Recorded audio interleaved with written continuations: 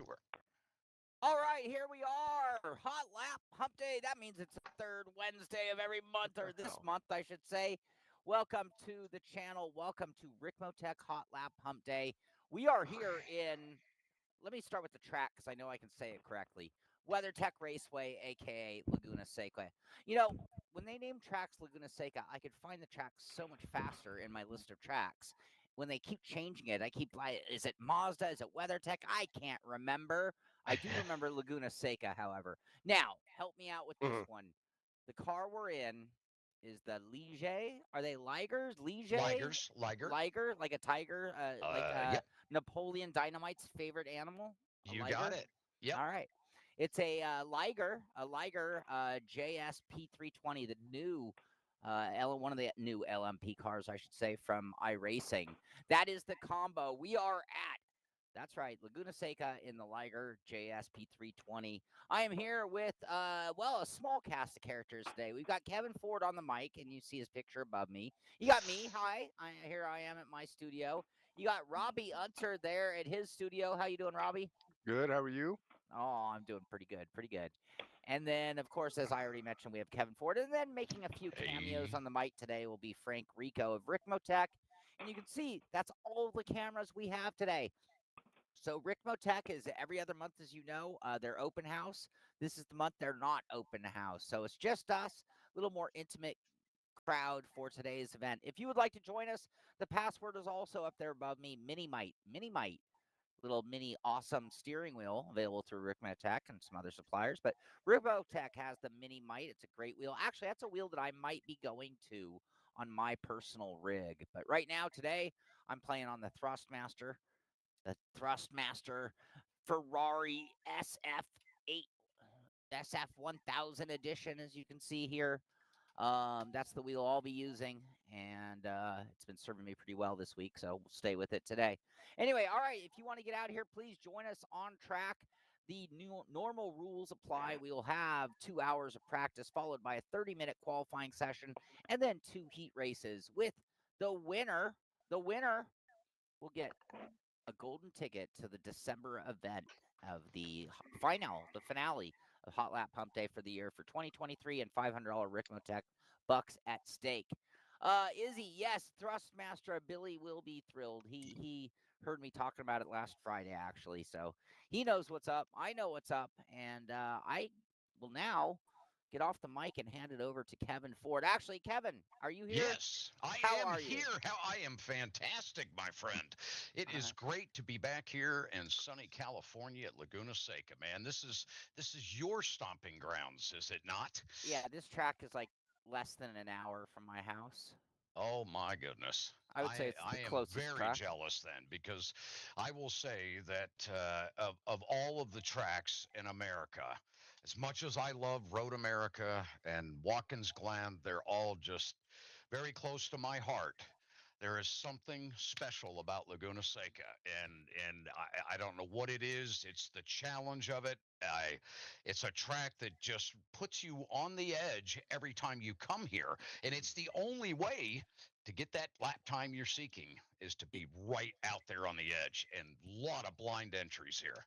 Indeed, they do. You know, I just heard one of these Ligers pull off the pit lane. Boy, does that thing sound like a race car. Oh, man, they sound amazing. I know when you said we were up for a quiet, intimate evening tonight, I thought we may not be so quiet. We're going to be intimate, but it's going to be loud. Oh, not only is it going to be loud for me, but I'm in motion. So, my goodness. Yeah. I'm feeling it as well. Oh, good stuff. Good stuff. All right. All right. Let's see. So I'm heading out on track. All right, let's jump into Shaun's car there. I can see I'm going to have to turn down my personal audio because I don't think I can hear you when I'm driving. Yep. Nope, you're going to need to hear me for sure because I can't distract you otherwise. You know, I never thought of that strategy, making it so I just couldn't hear you. Yep, that's, you need that sound. That's essential, Shaun. Okay. Whoa. Oh, this car sounds great. Oh, it's amazing. Yeah, I love this thing. We're actually, ironically, just thought of this. We're introducing the LMP3 car to the Ricmotech Sports Car Series. That season kicks off this Monday night, actually. So I put one and one together here. So if anybody is interested in driving the LMP3, we have a pretty stacked field over there already. But if you'd like to jump into that car, we've putting it in the multi-class with the GT4 cars there in the sports car series. So, yeah, if you'd like to run this car in the Ricmotech actual sports car series that runs on Monday evenings, head over to xmsracing.com and you can sign up and wheel this bad boy. I don't know if we're going to Laguna this season. I seem to think that we are round 5, I believe. Oh, could be a nice little preface to that event coming up. Whoa. Shaun, you doing a little bicycling there. Two-wheeled Liger. Yeah, man. Well, tonight's password, if you want to come out and join us, is Minimite, M-I-N-I-M-I-T-E. That's right. That'll get you into the session. We're driving the Liger here this evening, the LMP3 car that was just recently added to iRacing. And we are at the beautiful WeatherTech Raceway, Laguna Seca. Watching Shaun heading up the hill there towards the very famous corkscrew. Kevin, do we want X Audio 2 or direct sound? You'll want X Audio 2, sir. Okay, thank you. Mm-hmm. Especially for this car. Boy, listen to that thing roar. Good Gertie, I need to turn my sound up even more. There we go.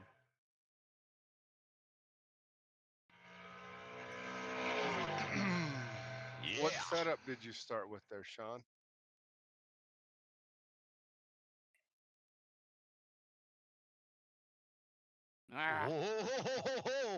Oh, Shaun doing a little pirouette there at turn. My game turn audio 2 is off. Oh, you're not getting game audio.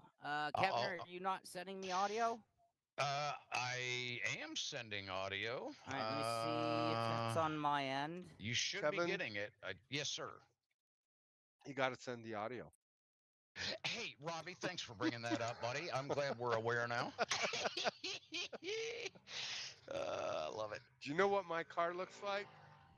It looks like an American flag. Does it? Oh, well, maybe not. That might be somebody else's car. I'm pulling that just out of came the in. pits right now. Again, come on out and join us, guys. Minimite will get you in here. Running the LMP3 tonight at WeatherTech Raceway, Laguna Seca. We all love this place. Get out here and join us. We're going to have a little bit of fun tonight. Just a little bit. Kevin, you want to double check your audio going out and sending? Yes, sir. I will do that. Looks like it's not on my end.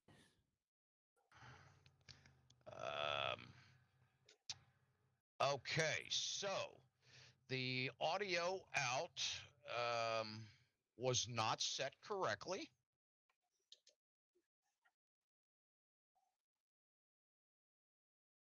Let's try that now.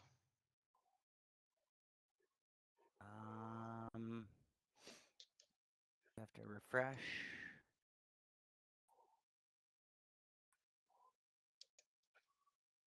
That is now set for the same device. Oh, well, let's see. Audio source. Well, hang on now. I'm still not seeing it. Okay, let me switch to this now. Hang on. Well, it says system audio. Okay, and I've got it. Huh. Test. Let's see. Oh, geez. Okay, that's testing on my end. Video source. Audio source. Okay, see what you get now. Wow. Oh, wait. Nope. That's gonna. That's you. That's me. Yep. Stand by.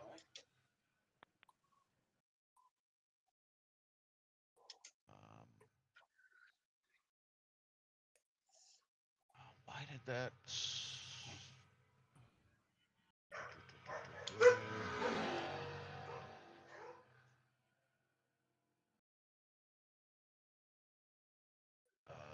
Line USB. No, that's not going to do it.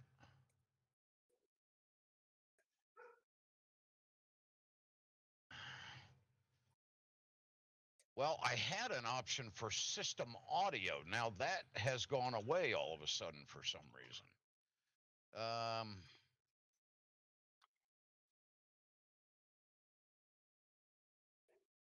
I go to this. This is my mic. I see that moving. Oh, that's doing something. Yeah.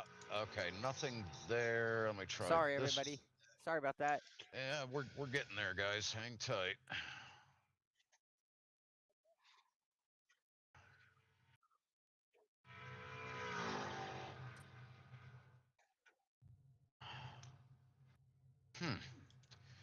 Goodness. Let's see. If I go to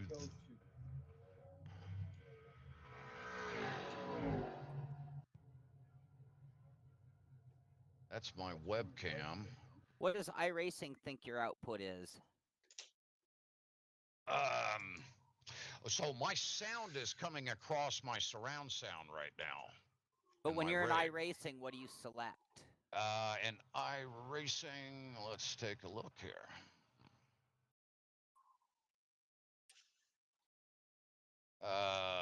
Yeah, USB sound device. That's going out to my speakers. Yep. And then your Ninja, does it say the same thing? USB? My Ninja has lost the ability to use that output. I have the output destination set for that. You might want to. For some reason, in the source up above, it was checked for system. Let me reset this. Let me kill it. Either that or hold your microphone right by your speakers. Oh, okay. Yeah, let's see if I can. I could take my webcam. I'm kidding. You might want to just restart Ninja and make sure it has the right audio.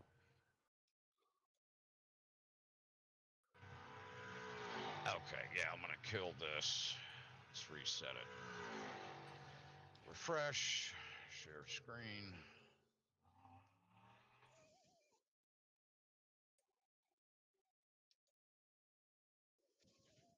Entire screen. Share system audio, which is what we want. There's the screen and share. Okay, we're sharing system audio. I see a visual. I don't see audio. Yeah, I'm not either. Okay, let me see if I have an option to go.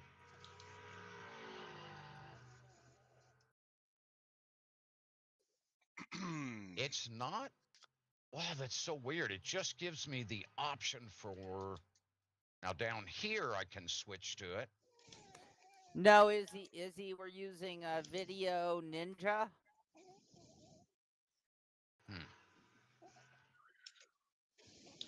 Gosh, this has always worked. I'm not sure why this is being so finicky.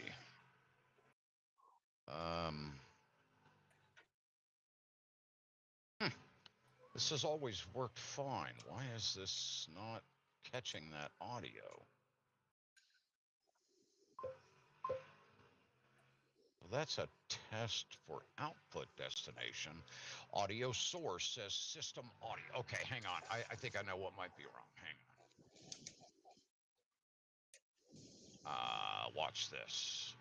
You should get sound right about now. Come on.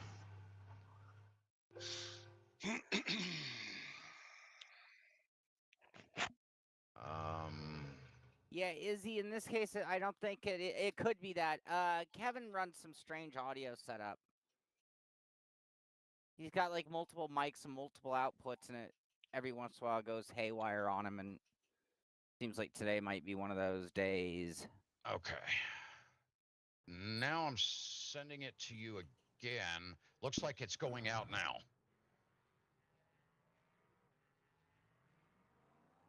Yeah, I see it going out to you now. I see and hear you crashing. Yep. Okay. I think we might have it.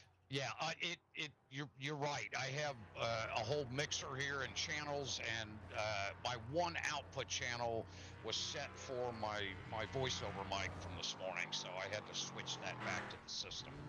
So that did it. Okay. Whew. Now I can make an adjustment to the volume. There you go. Yep. So now we'll get out on track for real. You guys let me know how it makes it sound. It looks like we're at the right. Might be even a little loud right now. You guys let me know how we're doing. Check. 1, 2, 1, 2. All right, here we go.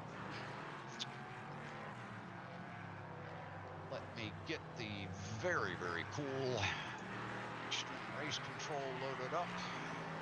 Am I quieter than Kevin? I'm usually the loud ones.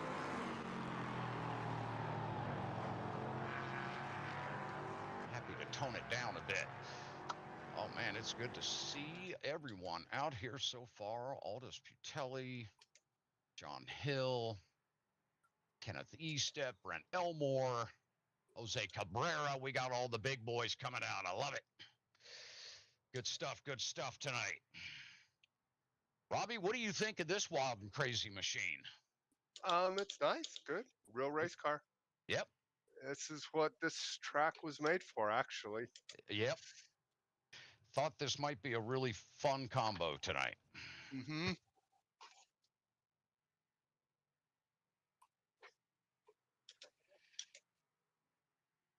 All right, let's get on a car here. Okay, we'll see if we got our levels better now. There we go.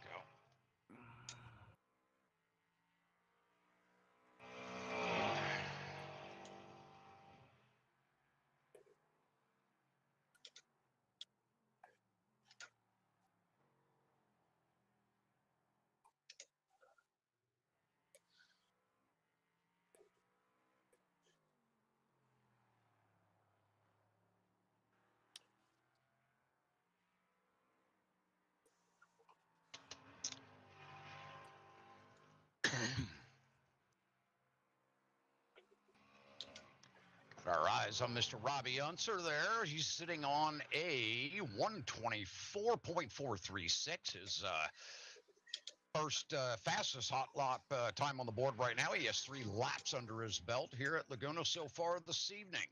Sitting P5 on our leaderboard. Aldous Putelli up there with a 120.499. Just coming out rip-roaring here right out of the gate. Yeah, he's always fast. Yep. Shaun out there in his very familiar blue and orange sim pit machine. Coming out of turn 2 there, heading into turn 3.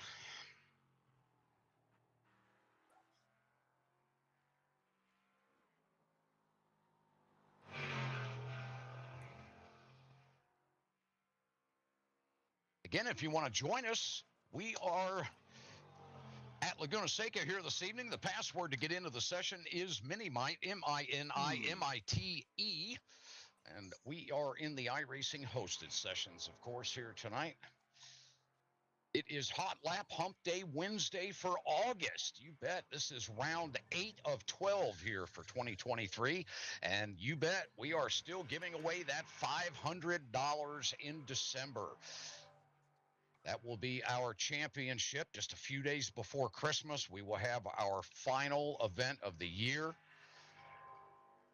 We will then take one final driver from that event to put into the final championship race with the other 11 Hot Lap winners from 2023.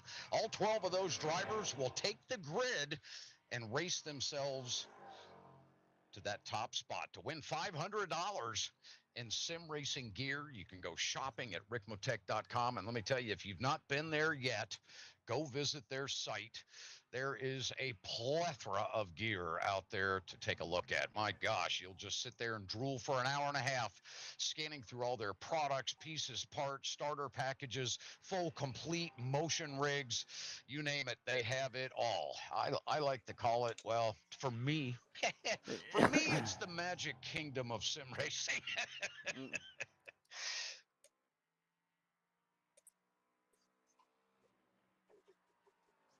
Oh, I'd like a little. Oh, Shaun taking it a little wide there.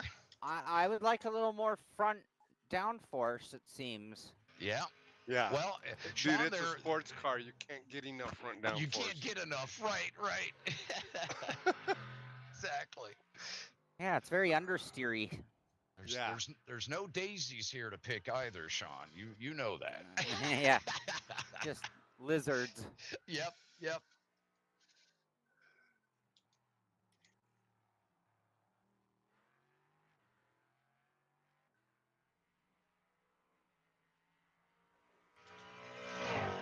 Calling all extreme drivers. Now is the time. It looks like the sim pit's going to be tearing us up tonight if you boys don't show up, Mr. Mike Dam and the rest of you. Dam and the crew. The damn crew, get out here.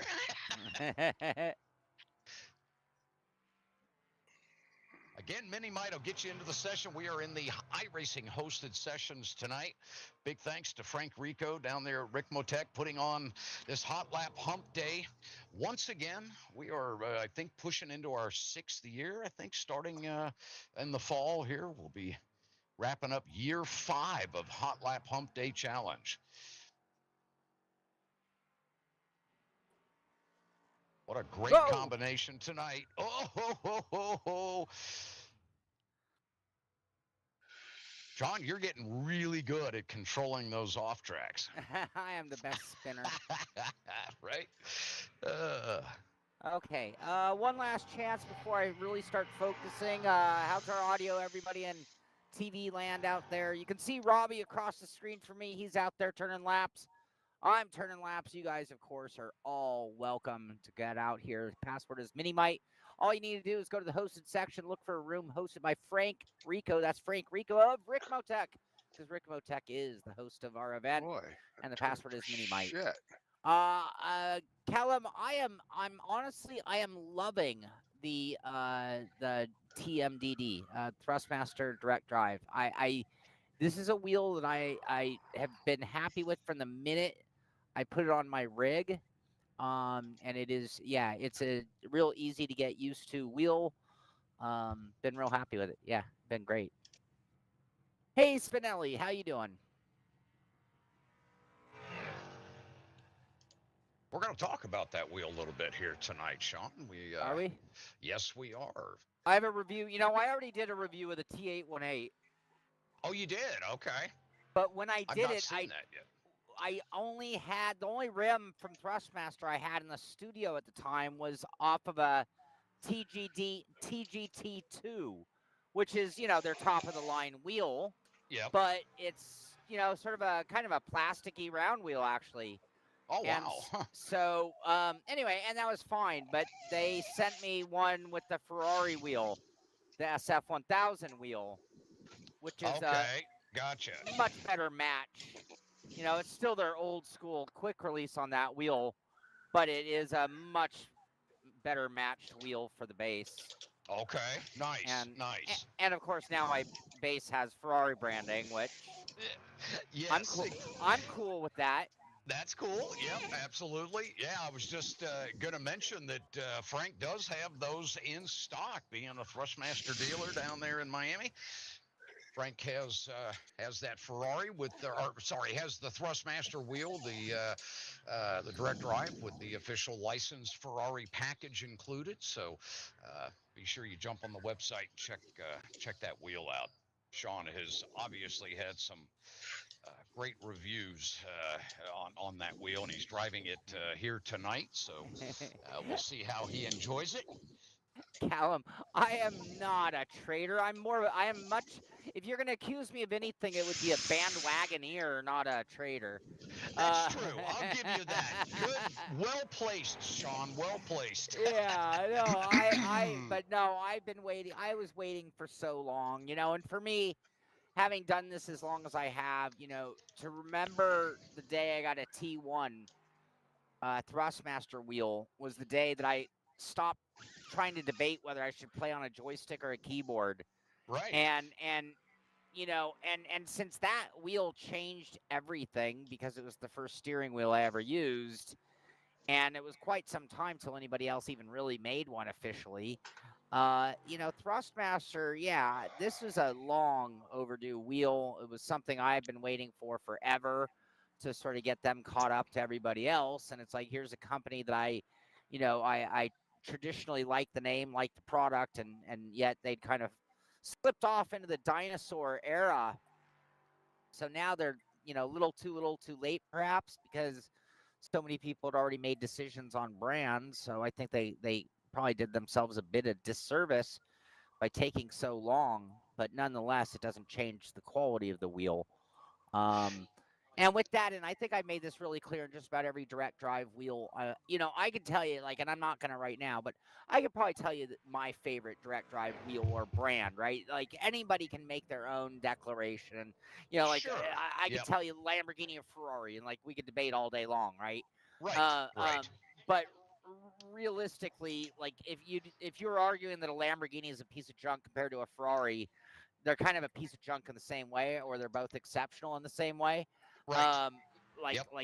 And so I'm not going to argue that brand loyalty. I think they're both, great brands. And whether you're talking Sim Magic, Moza, Fanatic, Thrustmaster at this point, Simucube, they're all great brands and they're all great cars if you want to compare them to cars. With that, hey, everyone's entitled to an opinion and everyone's entitled to have a preference. And even though it might not be a performance difference or that they prefer, they're entitled to that. So yeah, I just at this point, it's a great wheel, but it's I don't think it's better or worse than its counterparts. There are things that I could point out that I think make it a little bit better. Sure. D1RG, nice of a third of the mile from the beach and saying you'd rather be home hiding in the dark driving. What are you doing? You're at the beach. You're literally just hanging out instead of racing. If I could get my house so it wasn't warm, I'd be pretty happy being in the dark. But my sim room is really hot today. Actually, that's what I need to do is go get my fan running now that everything here is running. Now that Kevin's on it, we got camera. We got lights, camera, and action. Lights, camera, action. We are ready for showtime. You're at work. You're at work. Okay, I feel your pain. I do feel your pain. All right, yeah, I'm going to go grab that fan before I do start sweating, because now that everything's working, it is getting hot. So I'll be right back. Okay, sounds good, Shaun. Oh, we look at the leaderboard here. Aldous Butelli coming in with a 119.377 now, knocking off an entire second off of his time. Shaun Cole blasting his way right up to P2 with a 120.74, roughly a second and a half back off of Aldi there in that number 4 car. John Hill in the number 6 here this evening, coming in with a 120.8, just 1/10 off of our boy Shaun Cole there. Leo Dragona, great to see Leo out in that number 12 car. Leo, a youngster. We've made reference to Leo over at the Extreme Motorsports Series. He's one of the newcomers to Extreme Motorsports. Great to have him on board. He and his brother, two very young drivers, up and coming in the sim world. Leo putting on quite a show in the World Challenge, capitalizing a third place in AM class here, just wrapping that up about 10 days ago. So congratulations to Leo and his third place finish there in the Ricmotech World Challenge. So great to see him over in the Hotlap Humpday Challenge here this evening. We'll see how he fares. Already up to P4 on the leaderboard with a 122.183, just about 3 seconds back from our leader. But I can tell you, the kid's got some gumption. He'll get out there and chip away at that lap time, I'm sure. Jose Cabrera working his way up to P4 now. Great to see Jose out there driving from Ricmotech, 121.983. And knocking Leo back to P5 now. Robby Unser sitting P6 with a 122.730. Robby now working his way down into the 22s and seeking out another couple of spots there to try to work his way up on the leaderboard. The number 66 of Kenneth Estep joining us this evening, one of the regulars in our Hotlap Humpday Challenge. Kenneth coming in with a 122.781, just 0.05 of a second back. from our very own Robby Unser. P8 right now, Brent Elmore out joining us with a 126.971. He is the last driver on the leaderboard with an actual time. Oh, we see Pascal Iannucci out here tonight. Great to see him as well. Pat, another one of the Ricmotech members, XMS member from many, many years back. Pat Iannucci started running with us, so I believe back in 2015, actually. Pat's had quite a bit of GT3 experience and real world racing out there, so great to see Pat in the session here with us tonight. Pete Sprague. Pete, I believe, may be a newcomer to the Hotlap Humpday Challenge. Great to see him out as well. And, of course, Wouter Van Morik coming out to join us tonight. Wouter will be putting up some awesome times, I'm sure. And then, of course, the number 31 of Joa Antonio joining us as well. I'm going to jump into the session here and make a quick announcement to all the drivers now that we've gotten, about 12, 13 drivers out here on track. Again, for you out there in the sim pit world, if you want to come join us and test your skills here at Laguna Seca in that Liger LMP3 vehicle, come on out and join us. Minimite is the password. You can see it up on screen there just above my photo. Minimite, Minimite. It stands for the Ricmotech Minimite Direct Drive Wheel. Shaun should be back joining us here momentarily. I'll jump into session here.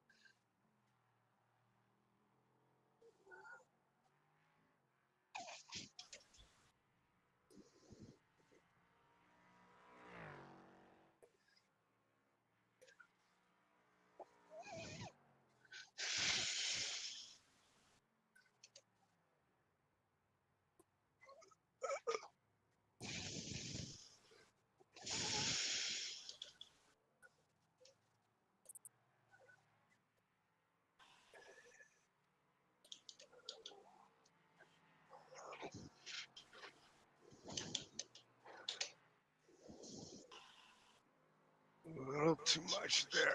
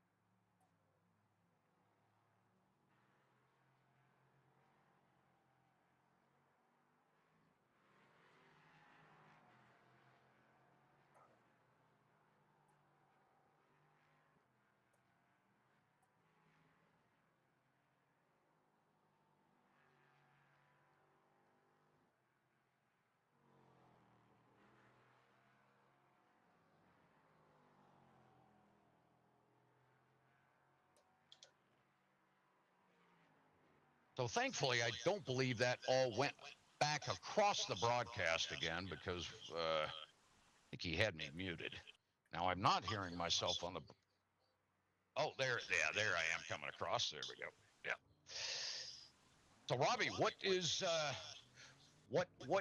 the info here on Laguna Seca in this LMP3? What are you thinking? Nah, I'm not figuring it out so far. It's just not coming to you, huh? And I can't figure out how to get the front downforce and the brakes right. Like every time it's one corner, it'll work, and then the next corner, the back end swaps. So Oh gosh. I haven't made any laps, if I want to be honest. Well, I'll tell you, I've seen. You're not the only one. I've seen a few pirouettes out there with the back end stepping out on a few drivers. So it's a bit risky, it seems. There's Yeah, a hard lot to of figure out undulation where here, the you know. brakes need to be Okay, gotcha, and gotcha. where you can get to. Yep. And then the damn traction control kicks in. It's like, where the hell did that come? Ah, So they have some stuff, but not everything on this car. Yep. You know what I mean? Yeah. You don't have like you have with the GTP or P2s. Yeah, you don't have quite the flexibility and setup. Yeah. Boy, they sure sound good, man. I can hear my subwoofer just growling every time that car comes roaring by my camera. It's hard to know how much front grip you have. Yep, there goes Joe Antonio. He dumps it down in turn one there.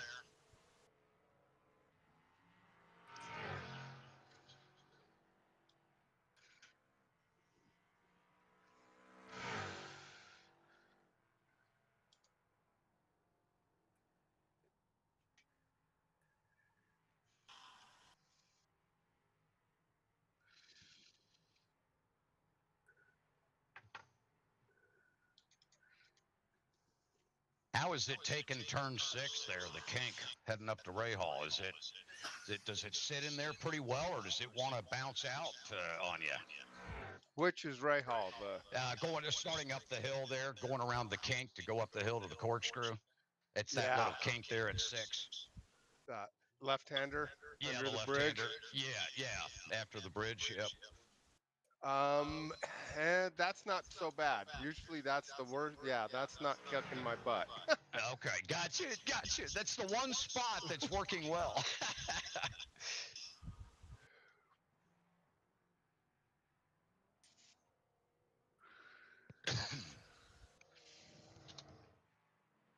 Okay, I'm back. Ah, there he is. Well, I have air blowing, but I don't have cold air getting in this house, dang it. Oh, no. That's never fun.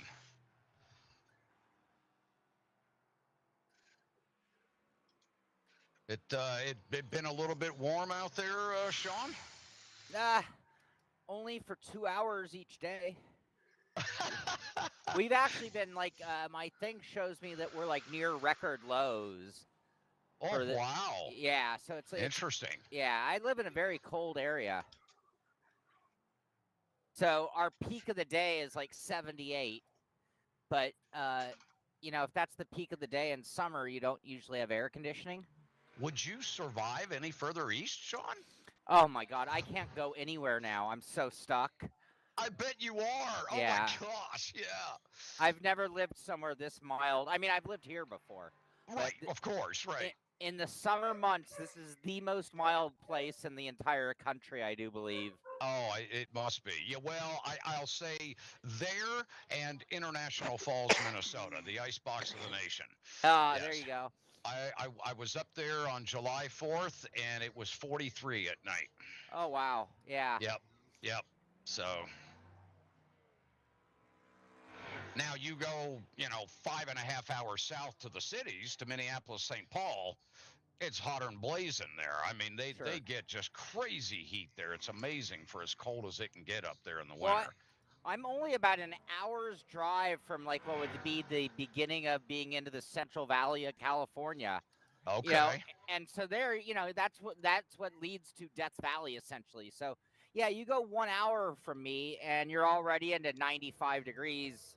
minimum Just during the day in the summer. completely different climate, right? Yeah, Yeah.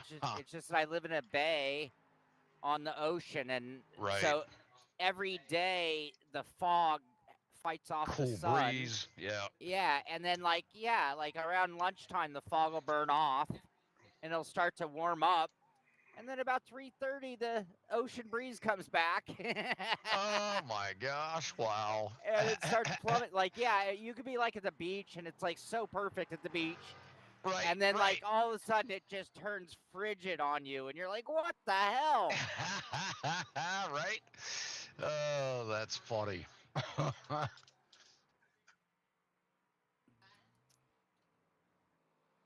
Spinelli, I'm going to catch up with your chat there. I just saw a couple things you wrote regarding our DD discussion.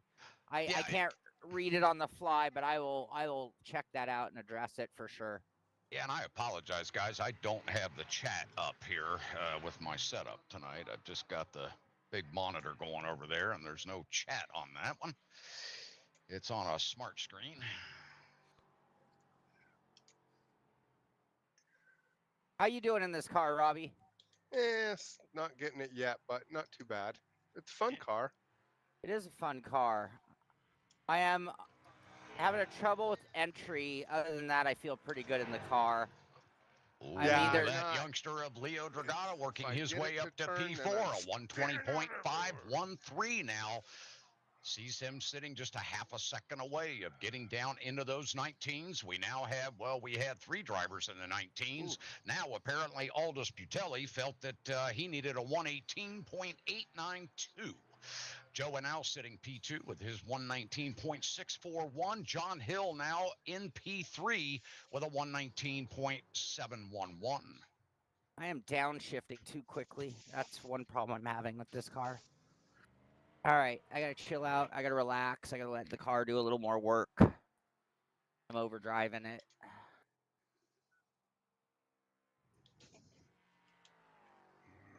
Oh, yeah, I was going to check in with you, Spinelli. You've had an OSW Sim Experience 1 and 2. Oh, SimuCube 1 and 2 Pro. Oh, okay.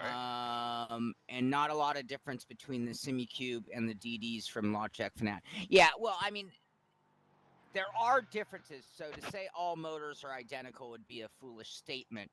However, they are all being built within a certain range of specs that does not allow a lot of freedom in the way the motor itself operates. Now, and this is where I do find a difference. It's when you get into motion systems, you start to backward think force feedback, and the exact same outputs of the sim that are being used to drive motion sims are the same command or the same telemetry that's available for force feedback. Every company does their own job of interpreting those signals. And to give you an example, like, do you put more emphasis on body roll and what the chassis is doing, or do you put more emphasis on G-forces and what the driver is feeling? And those could actually be opposite directions in some cases. So the interpretation, what signals to use, what balance of performance or percentages to use, is where the differences are felt between most steering wheels at this point. And each company does things differently. Now, one thing, and this came out in my 818 review. I guess we're talking about the 818 now, Kevin. Thrustmaster doesn't give you a lot of options. So if you look at SimuCube, you look at Moza, SimMagic, Fanatic, you have anywhere from 5 to 10 adjustment bars to dial in anything from wheel weight to damper to speed acceleration, things like that, which can allow you to tune it to your liking or detune it way beyond what it should feel like even. So if you don't know what you're doing, you might actually give it wrong settings. Maybe if you're happy, you're happy. I'm not going to argue that. But Thrustmaster doesn't. All you can really do is adjust the strength, and then you're just leaving it on them to compose the symphony. And I just think that this is, I don't know why or how this would have taken so long to develop the wheel. I don't think it affected the development time of the wheel itself, but their interpretation of force feedback is second to none. And therefore, even though I don't have a lot of settings, I have not been wanting a lot of settings to get it right. It's plug and play. It's plug and play. And I don't think any other wheel manufacturer can make that claim or statement right now. All right, I shut up and drive. That's great. No, that's fantastic information, Shaun. Frank, do you have a copy? Yes, I do. Yeah, I'm sure your ears were burning just a little bit there. Now we have somebody who knows what he's talking about and doesn't just drive them. Yes, all those bozo drivers, right? Yeah. No, so I think Shaun really hit some good key points there on the direct drive platforms. I've been doing a lot of reading myself on them, because I think when this all really came about with the direct drives, and then once we had this real onslaught of companies coming out, we started to realize that a direct drive wheel, it's not a one and done. It's not the same motor. There are variances, differences, different inputs, different settings, different ways that they're designing them. Can you enlighten us a little bit, Frank? Not really to touch on brands as much, but just talk about some of the engineering behind this and where some of these differences are. Yeah, so there's a couple different motor technologies that different companies use. Stepper motor versus servo motor is the biggest one, and you'll find fans of one or the other that will tout the benefits of each. And then there's also, this all started with just what was available off the shelf, an industrial motor, but now we have companies that are making motors from the ground up, designing motors. So, Thrustmaster in particular, since I know that we were on that topic with the 818, yep. They've been designing a lot of their own motors for a lot of their wheels, and the 818 is no exception. So they've designed that motor specifically for force feedback, whereas an industrial motor is really designed to move conveyor belts or mechanized arms in an industrial capacity, yep. and they're not really concerned with how it feels. Of course, you're not using it for feedback, done. Right? And remember, at the end of the day, so these industrial motors are capable of spinning at 20, 30, 40, 50,000 RPM. We're not utilizing that at all for a grain of system. salt compared to what they're designed to do. Yeah. Right. I mean, we're barely giving it one full rotation in worst case scenario under normal driving conditions. So what we're looking to get out of the motor is not really what these motors were designed to do. So I think in the future somebody will come up with something better than kind of the current variations of direct drives that we have, and hopefully they do, because the motors that are being used they're not designed for this. They're right. They're not proprietary to our industry or our sport, if you will. Right. I mean, you only need 900 degrees of rotation, pretty much maximum, or right. say, or 1080, like Thrustmaster will do 1080 on their TSPC, TGT2. You don't need any more than that. Yet we're using motors that can spin indefinitely and don't have at a very high rate of speed. And at a very high rate of speed. And what we really need is very little rotation and a lot of torque.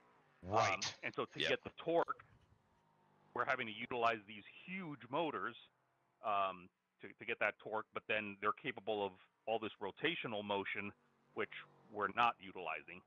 Right. So it's really still kind of taking an off-the-shelf item and adapting it to this. This industry. To this industry. I think there's something better. Yep. I don't know what it is yet. It's not something that we're going to engineer, but because the complexity gets even more involved. I would imagine. Yep. But you know, that's kind of my take on it without being specific to a manufacturer or anything like that. But like Shaun mentioned, Sure. Yep. Everybody's kind of looking for similar specs out of the Right. motors, and they're pretty much using what's available off the shelf. There aren't many companies that are engineering the motor for this specific purpose. This specific use, exactly. And so right. Thrustmaster may have specified certain things in their design, and it's a motor that was specifically designed for this, but it's still not a motor that's ideal for this. Yeah, right. It still falls under the same category of it's hugely oversized to be able to produce the amount of torque without any gear reduction advantage. Right. But it still has all this rotation power, which is not needed. Sure. Yep. And then because they rotate infinitely, then getting communications up through the steering shaft and into the wheel becomes another challenge. Sure. And so a lot of them now use wireless, which wireless is not the ideal communication medium for something that you need quick response. Especially on the shifters. Pro gamers that play first-person shooters and other games, you'll never see them using a wireless mouse or a wireless keyboard. Right. Everything is always wired because that's how you get the quickest response. Yep.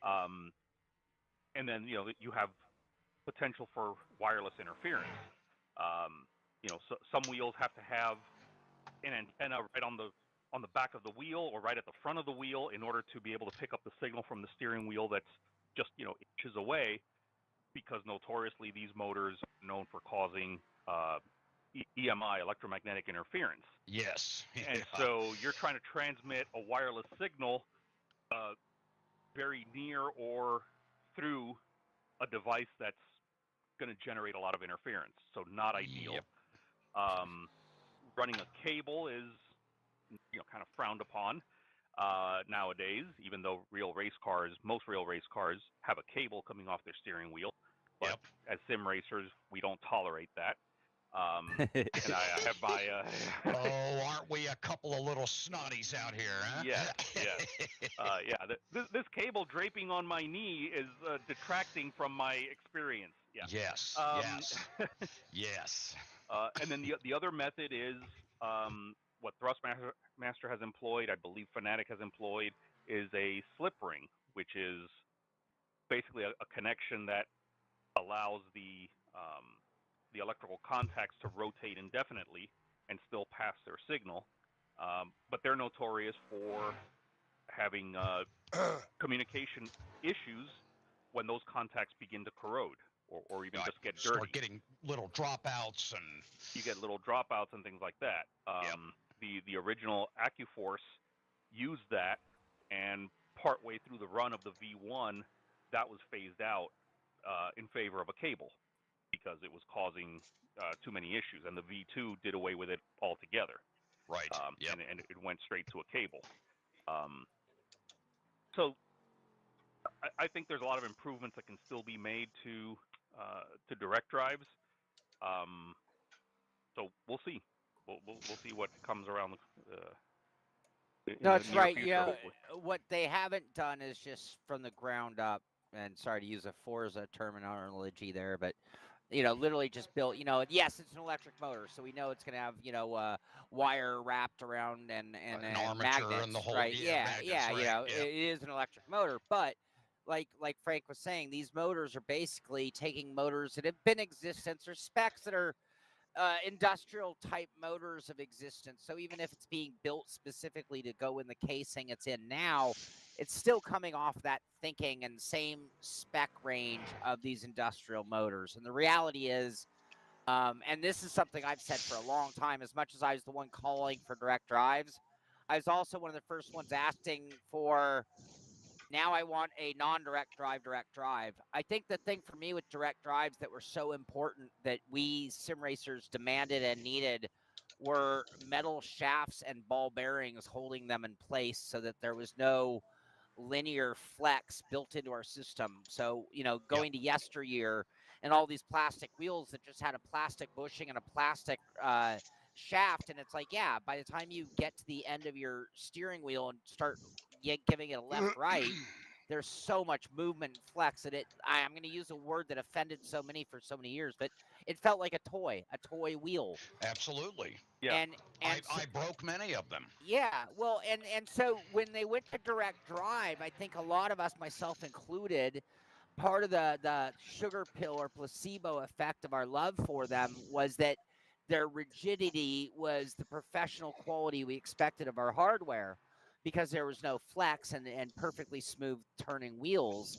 And so we're like, oh, this is it. This is what we've been waiting for.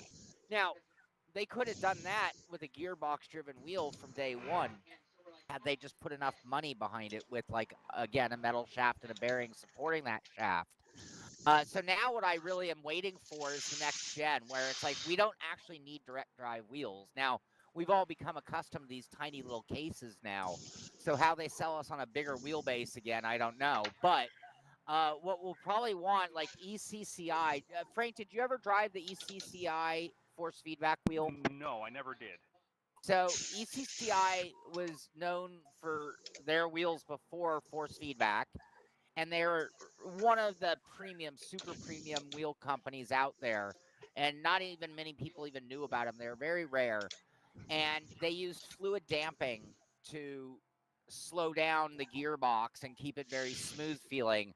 And it was an exceptionally great feeling non-force feedback wheel, and they were one of the holdouts or resistors to force feedback. If you remember, mostly oval guys really didn't use force feedback. Even when they started buying force feedback wheels, they were turning the force feedback off, right? Yeah. And so ECCI anyway, they put a direct drive wheel motor on, actually, let me rephrase it.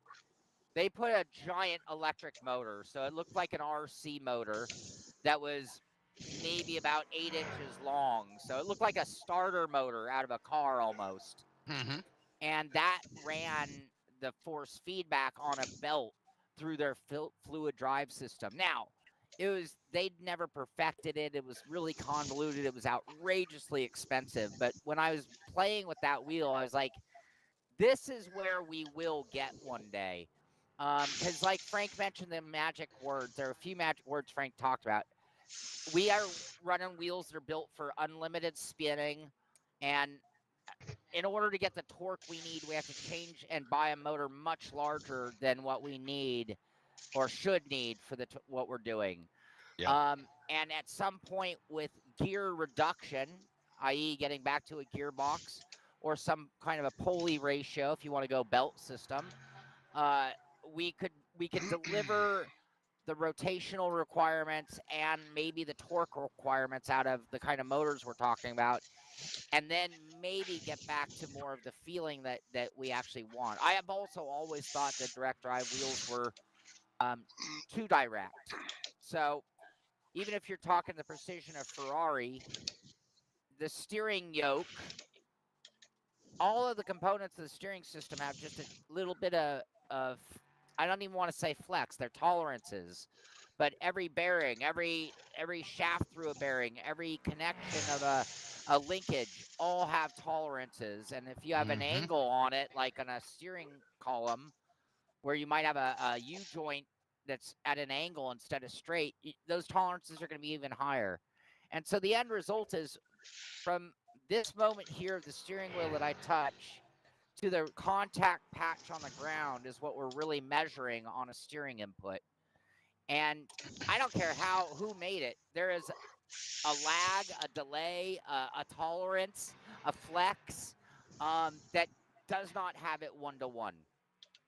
And I that's the thing for direct drive from the day they hit the market, that I always thought, wow, they hit a little too fast, they hit a little too hard, and they might even be a little too quick, I dare say. And so that's, I think, where now that everybody's made one, now that we've all adapted, now that we're spending $1,000 per wheel, they can now start to think about what it really would take to make a ground up motor system. Force feedback system is a better way of putting it, specifically built for sim racing. Oh, Yep. Max agrees. Yeah, I agree with you. You know, the one thing that we've kind of evolved into direct drives, and it's become the buzzword. But you're absolutely right. We've never tried a really high-end, high-quality gear drive wheel base. Right. Because belts are probably a belt drive is probably not the best way to do this, because at the end of the day, belts are elastic. There's a little bit of slop in them, so you're always going to lose a little bit of the force feedback and a little bit of the directness. But if you think about steering gearboxes in a car, rack and pinion, those are gears, precision gears that have no slop in them or anything.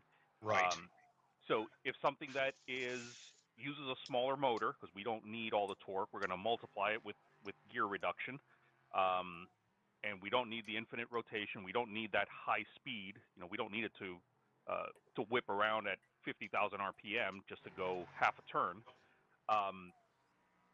Then maybe that would be a solution, and then that solves a bunch of other problems, like it doesn't rotate infinitely. We can put a hollow shaft on there because we're not going through a motor. Right. In the middle of that magnetic field, you can't run a cable through the middle of a motor shaft because you have a magnetic field completely surrounding it. But now, but you can spin a wire 450 degrees because that's all it has to go, right? Right. So the Thrustmaster does it really clever. They take a coiled cable, kind of like what you had on your old telephones, and they run it through there. And basically, when you turn the wheel, you're turning it almost 2 turns in one direction, 2 turns in the other direction. You're basically taking this coiled wire and putting 2 extra coils on it, or removing 2 coils from it, depending on which direction you're turning. Right. So, you're really not straining the cable. But they can't do that on the T818 because of what? You broke up? Oh, it spins indefinitely. Oh, so, sure, right. You have the potential of just, when the thing's powered off, just start spinning it round and round and round and round, and you twist up and tear up whatever's in there. Right. But on something like, the T300, the TSPC, they have a cable going through there. And because they're a belt drive, the motor is off to one side with a belt, so that motor is clear of the magnetic field that motor is putting out. And, it's not a 16 Newton meter motor, 24 Newton meter motor. It's a lot smaller, and then they're just using, the pulleys on the belts to increase torque.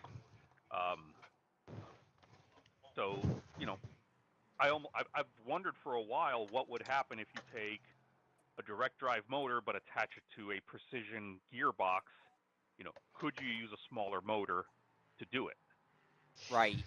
And then now this motor, instead of giving you all of its force feedback within the 2.5 turns that 900 degrees is, it's free to rotate 30, 40, 50 turns, but through the gearbox, your steering wheel will still only rotate the 900 degrees. Right. And so we might get even better force feedback. You should get a finite feel. Right. A smoother feel. Yeah. So, that may be kind of the way going forward. And then to stop a wheel, or to put friction on a wheel, maybe an actual, something like a brake caliper that gets put inside the mechanism to actually clamp down and provide friction rather than using interesting counteract. Right. Yeah, well, I got to tell you, Frank, if you wanted to play with that, I could easily get you a steering quickener, right? Well, start with a steering quickener. Yeah, I appreciate it, but that's beyond my in-house capabilities. So I have to defer. I just have to put the seed out there for some other company that does have the resources. Thrustmaster, are you listening? Yeah. Yes, exactly. I wouldn't even know how to test something like that, but I do. It does make sense. Yeah. You know what I mean? And that stuff's readily on the shelf. You know what I'm saying? So you can easily. Yeah. I mean, and when I'm talking about like a brake caliper and a rotor and things like that, I'm not talking about, actually taking a brake caliper and a rotor like off of a motorcycle and putting it into, but, the company would design it specifically for Right. They'd have to fabricate it, and Yeah. They have to fabricate, but kind of that concept where right. But you could find out if the concept works that way. Oh, just yeah, using yeah. some Yeah. off the parts, off the shelf just stuff. oh to yeah, see if- proof of concept can be done that way. Right, easy. But then you have to do all the electronics, and you have to kind of do the Mm-hmm. interpreting because the force feedback signals are not, going to correlate Right. directly. Which is one of the reasons a direct drive was kind of so easy to implement. These forces were already being acted upon an electric motor. All they did was strip away the belt drive or gear mechanism and put the wheel directly on it. But Right. the what it was doing was still kind of going through the same motions. Once we implement something with like a friction brake or some kind of a electronically adjustable hydraulic damper, or something to be able to change the weight of the wheel and things like that, now we're talking, either some interpretation of the force feedback signal has to happen to control those things, or some other data has to come through to be able to handle that, to command it. So now that SimuCube has us considering $1,500 pedal singular. Yeah. Right. If Yamaha and Brembo came out with a direct drive, non-direct drive, a gearbox force feedback wheel, could they charge $7,000? Yeah, right. Potentially. Exactly. Brembo, notice I got Brembo in for the break. Of course. Yeah. But It could be, Nice. or Again, well placed.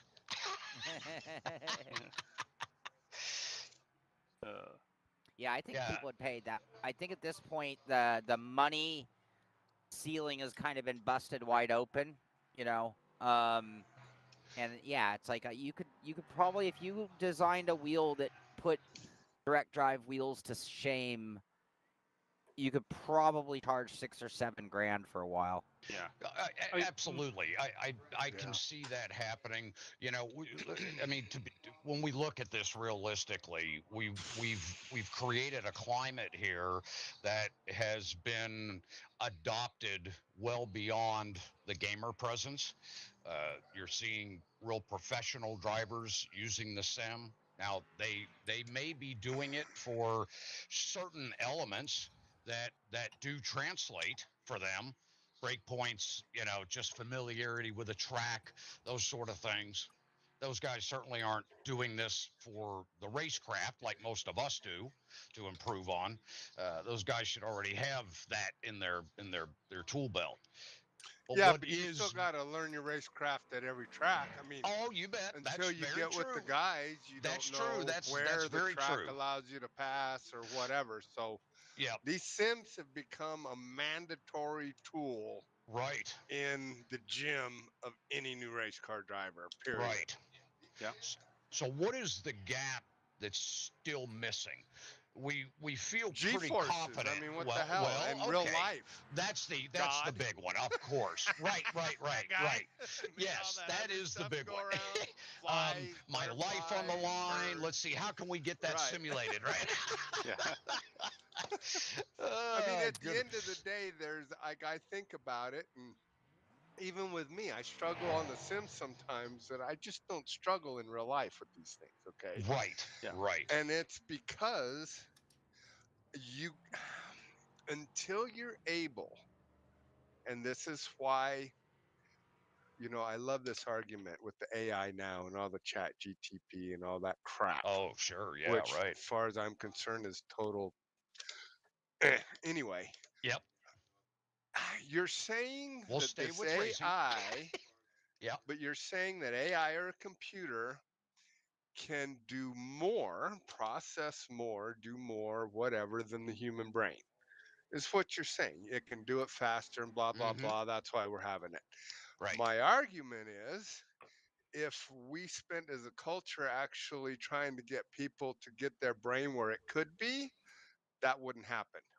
Boy, the AI that's can pretty only profound. do that on brains that are running under 10% because we're idiots. We eat shit, and our society has trained us to do that. If our brains were occupying 15%, okay, just a teeny bit more, AI couldn't even keep up with us a teeny bit. Fair enough? So, what's missing? How is AI going to get us from A to B? It's not. Yeah, well, right. it's not right. No, all of this is, I mean, one guy just went down and laid rubber on that line, so you've got to move a foot to the left to not be in his track. I mean, there's there's there's right. a natural thing Natural that human element happens. there that has to be there. Yeah. Correct. So I don't think you get that until you can get that. Now, I would say that the Dark One is trying very hard because he would love nothing more to get us trapped in this stupid alternate world and make it seem like it's actually real. But the fact is, it's not. You See, follow what I'm saying? I would argue that what you just described is the same reason why AI will struggle to do anything artistic. Like I agree. it will be able to create fake art. It'll be able to create art within boundaries that it's been told, but it will never Correct. create Exactly. anything natural, right? But and I think that driving, much like art or like music, it falls into that same category. Now, when we take it down to that human level of, I agree with Robby on the 10% of our brain, by the way, as well. I I'm think at that 6. You guys are killing it. that when you put it in just like plus and minuses and things that can be written, I'm not sure that. I think AI can comprehend so much more material in so many more languages than us. But again, it's limited to anything that, and that's where the human difference is. Yes. Like, and it's this, like, an artist is one thing. Like, I'm not an artist, I'm terrible at art, right? But an artist is a whole different level. And like, civilians in cars love ABS, race car drivers hate it. Well, I don't know about modern. I think it's getting a little different than it used to be. But A little bit. Yeah. certainly older drivers are going to hate ABS, and it's why, well, because I'm better than the computer. The computer Well, doesn't know that I needed that lockup right there. Right. That was Right. acceptable lockup, not Right. it was on purpose even, and Right. and the computer can never understand that. Right. Well, and I have that weird opportunity that I've had with Sam, okay, being in a computer driven car, right? Right. I Yeah. actually know that computer is not anywhere close to as fast as me. Right. Right. Yeah, Dude, exactly. there's nothing Yeah. about it. In fact, they shut it all off and put me in for that reason.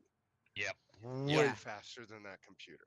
And I think even on the traction control end, the same is true too, where there are times where, like, as a driver, if I can, like, with my brain can control the traction control, that'd be one thing.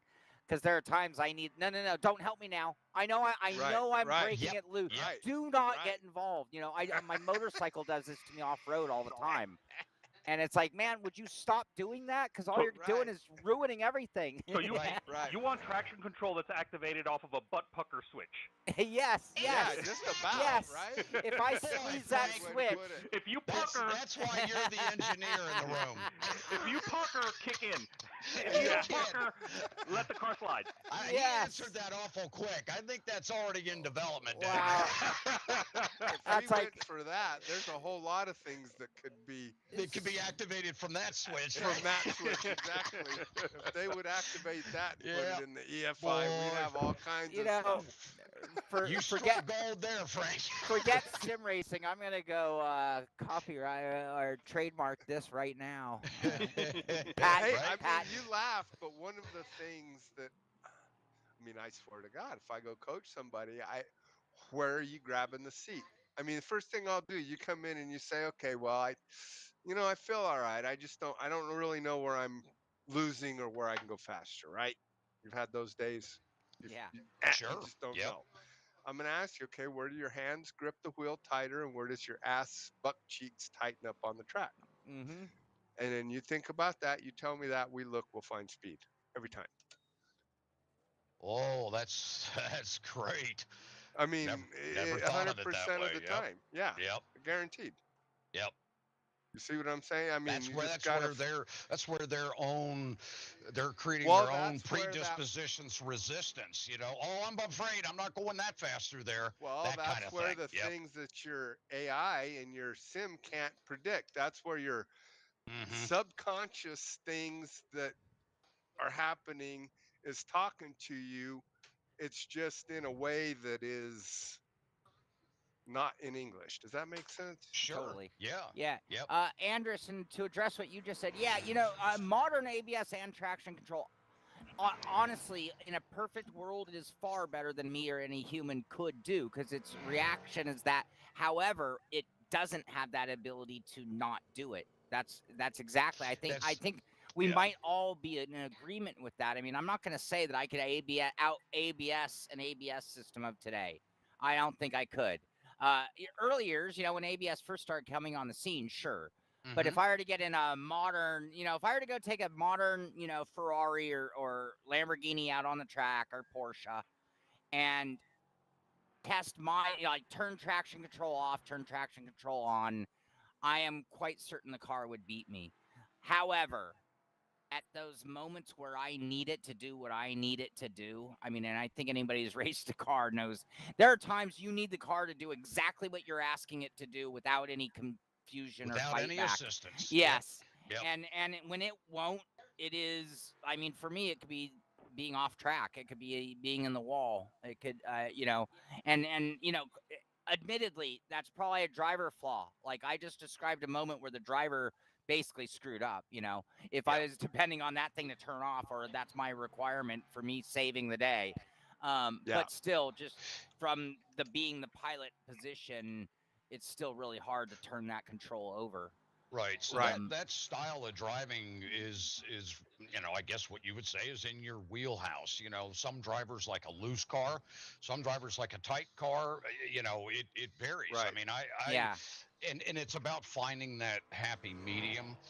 How much do you want? How much ABS do you need? I found myself last week in the Toyota GR86 playing with that a little bit, and I didn't really want to, but I found myself finding that point where it was too much or just not quite enough for, we were at Bathurst, so the challenges you have there of braking and everything. So with a car that just likes to snap under braking, you have to come in and get right back out and trail off that thing. It doesn't like just riding that thing, it'll just snap on you. So finding that happy medium, and I mentioned that car because it's a newly released vehicle, not only just in the sim but in the real world. I think there's an application for it for somebody like you, Shaun, and in a very somewhat extreme situation where you really are dialed in to when that is getting in your way and when it's not. And not everybody may be as sensitive to that. I can't say that I am. I have to move a couple of notches one way or the other before I go, oh, okay, here we go. You may find that just in one click either way that you find a difference. So and here's the other thing. There's a racing term called oversteer. And it is the opposite of understeer for those who are new to the game here. And there are times like I will take a hint of oversteer over understeer. And so what I'm getting at though, like a NASCAR, an oval racing, not just NASCAR, an oval racing, a driver would literally purposely ask for oversteer to get him through the corners. Sure. Well, traction control is never going to allow oversteer to happen. No, it's not. So if the only way I can get a car through a corner at Indy is to have the rear end step out just 6 inches or a foot, because it's the only way to get the front end to actually turn. Yeah, to bite and rotate, right. Yeah, well, traction control is going to never let that happen, and I'm going to live in understeer. And, in oval racing, I can't even imagine them implementing traction control because it would be that bit problematic for me, at least. Yes. Yep. Not that I've ever driven those kind of cars at those kind of speeds, so I'm only speaking by what I can imagine. Well, sure, of course. So awesome. See, that's what's awesome at Hotlap Humpday. We get to have great We side get into discussions. hey, we go deep, not just deep, but deep into sim stuff. All right. I'm going to go do some dog maintenance, and Okay. then Oh, I It's am going to that come. time for you, isn't it? Yes. Yeah, and then I need to get serious. Yeah, Because and I've got How a much few fuel are announcements I you didn't running? make here. The drivers probably think we forgot about them out there on track. I think I'm running like 7.5 or 8 gallons right now. Yeah, we probably should get some fuel numbers together here in the next few minutes. I don't What, have my wheel that gives me. I don't have any data today. You don't have Oh. any data? Okay. Well, we'll see if somebody can get us some Or no snazzy fuel data. usage data. Yeah. Anybody have My any drivers out GSI there gives have me any? miles per gallon. Gotcha. Yep. This Okay, one I had, this wheel gives me percentage. I have a How many percentage. laps do you think we're gonna end up doing? Let's see. I'll be right back. I can tell you exactly how many laps we're gonna be doing. We're doing 120s, 121s.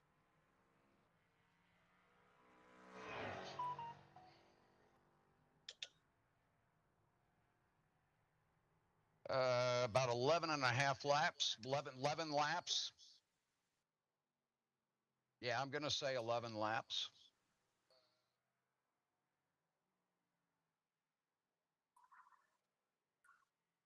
I have not figured this thing out at all.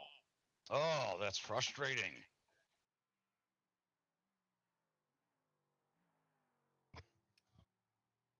Well, I tell you, several drivers are having a time out there. You're not the only one. We have a couple of the hot shots up top there, but yeah, it's been a struggle. All right, let's touch base with our drivers out on track. Let's see here. I gotta see why my channel switch is not working on this. Probably because for this car that is not programmed. I am going to say that is probably the case. I need to go here. There we go. That should work now. Let's see here. There we go.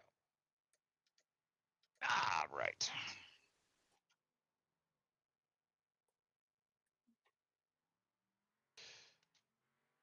All right, drivers.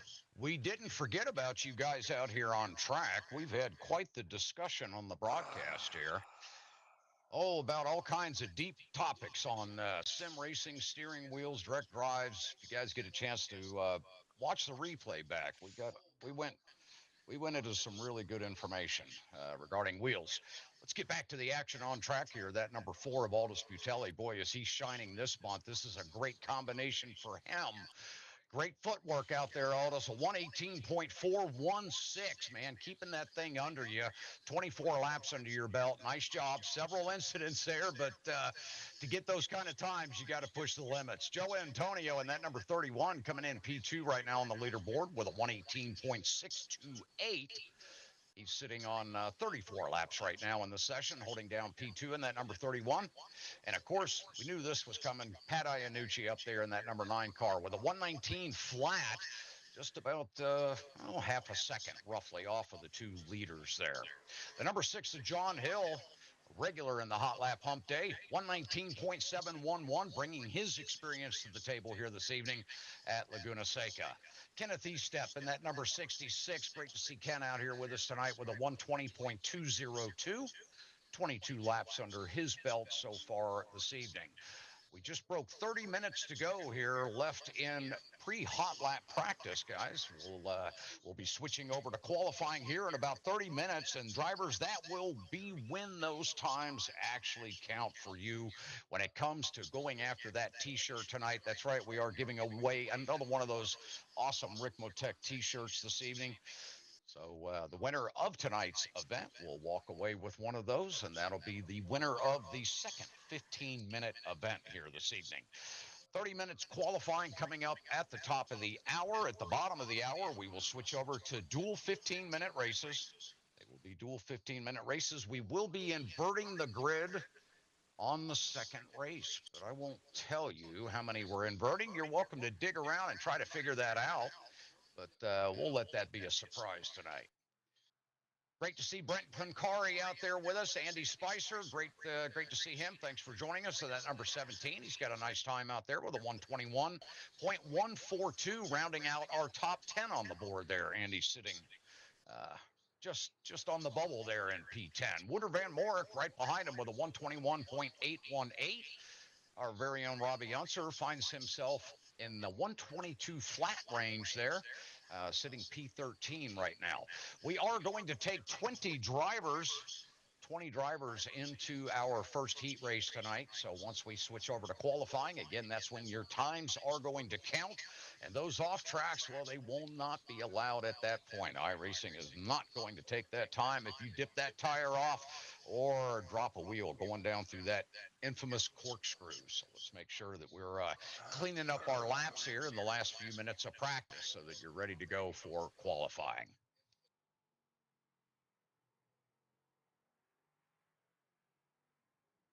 For those of you that may be up in the Northeast, in the Pennsylvania area or thereabouts, you can join Ricmotech as they travel around the country with the Subaru Subi Fest events. The largest one on the East Coast will be taking place this Sunday from 9 to 5. Ricmotech will have their crew there. They will have simulators set up that you can jump into their lap competition there and spin those Ricmotech sims at the Subaru Subi Fest taking place in York, Pennsylvania at York Fairgrounds this coming Sunday from 9 to 5 p.m. for any drivers that are up in the Northeast.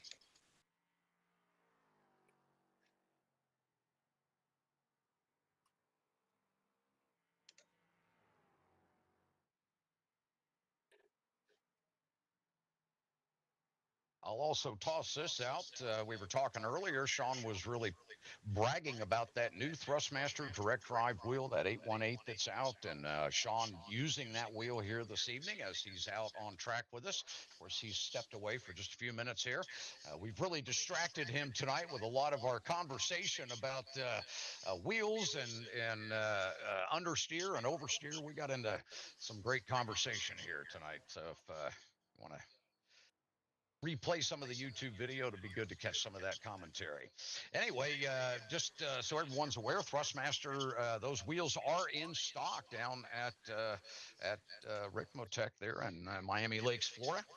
Be great to pick up that wheel and have that service behind it. Frank being able to help you get your wheel set up and take care of any needs that you have with that new Thrustmaster. It is the Ferrari packaged, officially licensed Ferrari package wheel. So make sure you jump on Ricmotech.com when you get a chance and check out that wheel. It is getting a lot of rave reviews.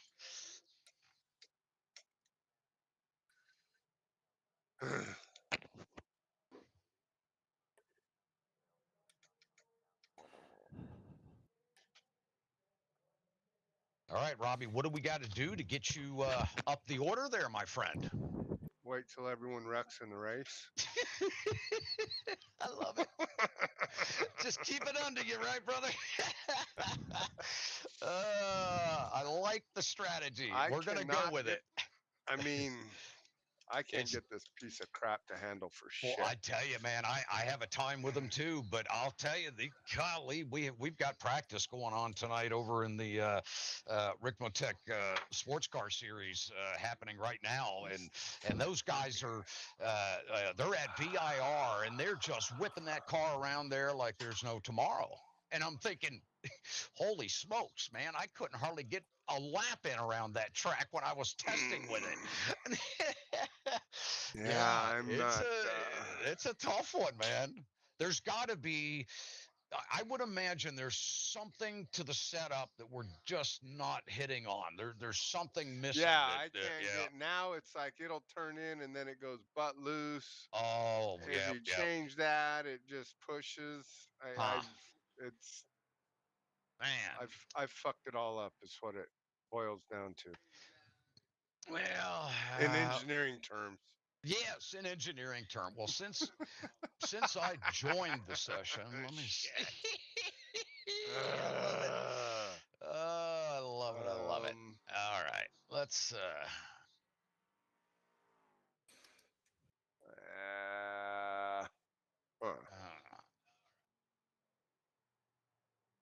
see if I think I've got a set here that I can share with you. I had, yeah, I do. I think I did put one together when I was doing the testing. Shaun.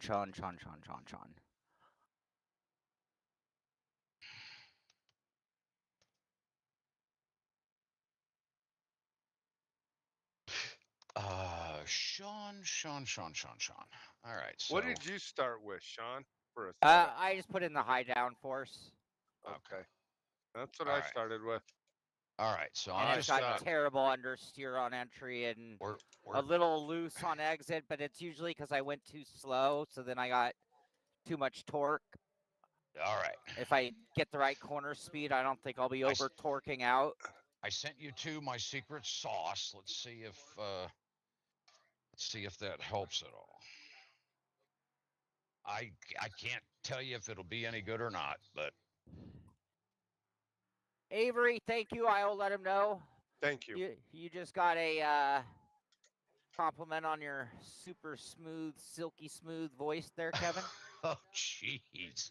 You know what we need to get? We need to get a blushing photo that you can just dissolve to every time somebody says that. Well, I appreciate it. Thank you. That's funny. Oh.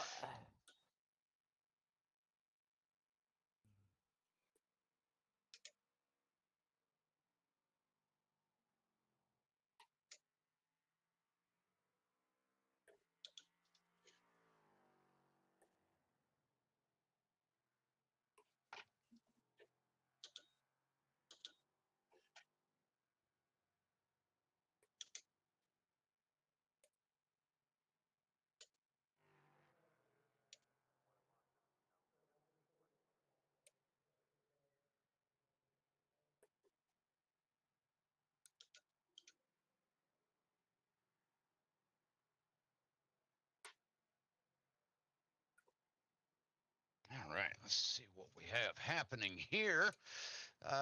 No updates on times on the leaderboard. We are locked in on Shaun Cole now as he comes across the stripe with that roaring, beautiful LMP3 machine. Got that nice Ricmotech decal on the side there. Oh, no.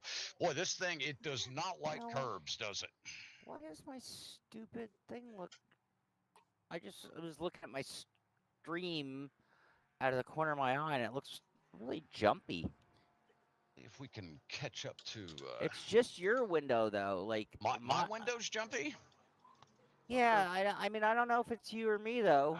I mean, I'm looking at my camera is butter smooth.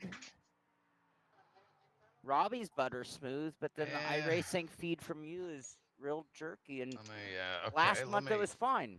Let me move it up. Let me move this up off that screen. Oh, that might have done it. That help it? No. No, sorry. Well, I know it started to get smooth for a second. Yeah, I'm watching it too. It's like it's got just a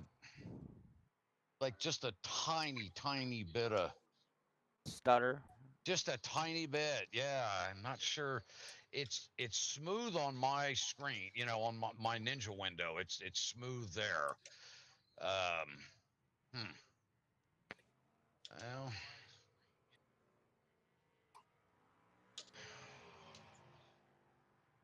I don't get it. It could be on my end, Shaun. It's not horrible, but... No, it's not horrible like when we shut it down that time, but it's not what I'm accustomed to seeing on my stream. I know it. Yeah, I know. I'm with you. I know. I like it to be just really... See what it does now. Let's see here. Who's putting cones everywhere? Yeah, I was noticing that. Yeah, we have a cone hack out here. That's got to be Robby trying to slow everyone down. Probably.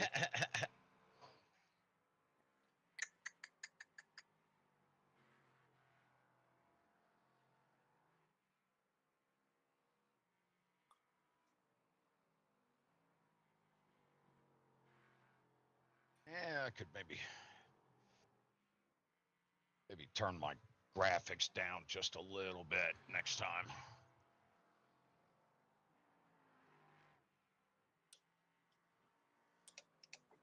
Well, it's great that you have the password up on the screen, Shaun, because we've been so busy chit-chatting that we haven't mentioned it in about an hour and 10 minutes. So Good point. yes. So thank you for that. Yes, but we do want to make sure everyone feels welcome to come out and join us. It is an open session. Come out here. Mini Mite will get you in here. Driving the Liger the Liger LMP3. I started to say Jagger. Liger LMP3 car here at beautiful Weather Tech Raceway Laguna Seca. Watching our good buddy Shaun Cole diving down into Andretti hairpin here as he works his way up through turn 3. Trying to get that power down nice and smooth. They'll have to do it one more time here. Coming out of 4. Takes a little bit more curve than he wanted. This car's not exactly accepting to the curb riding effect. It's a nice launch up out of 5 there. Works his way up to that blind entry of 6. The famous entry into the Ray Hall Straight. You can see all the tire marks out there in the sand. It's pretty popular out there coming through that corner. Down into that corkscrew. Little switchback there that Shaun is very familiar with. He's driven it in real life many a time. Working his way down now out a rainy curve through 10. Heading to that final left of 11, that heavy brake zone, very tough to get that car to rotate. Boy, you want to get down to power so quick there, and it is such timing required to get that balance just right coming around that final corner. It'll sure trick you into pushing wide.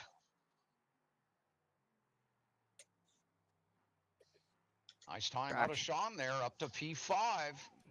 119.987. That breaks him into the 119s. Kenneth Estep just behind him with a 120.202.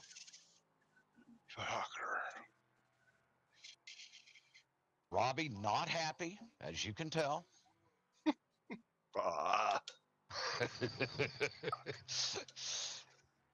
Hearing those nice, sweet, buttery expletives flying out of the Unser's mouth.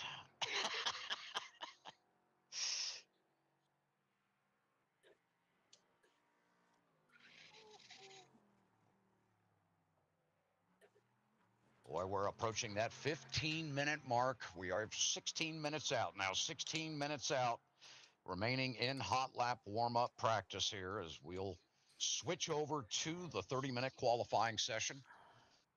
We will be monitoring pit exit here, guys, during that 30-minute qualifying session. We want to make sure we keep that situation awareness up. That F3 box can be your best friend, certainly here at Laguna, as cars are coming out of that Andretti hairpin. They're launching up into turn 3 there at a pretty good clip, so let's make sure that we're keeping an eye on that exit there.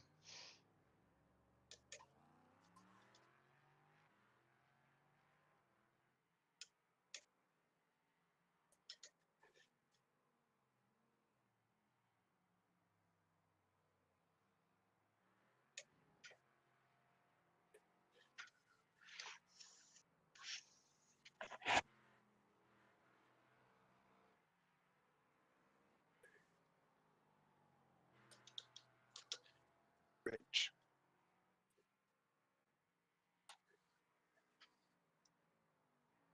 Yeah, well, they're lying bitches.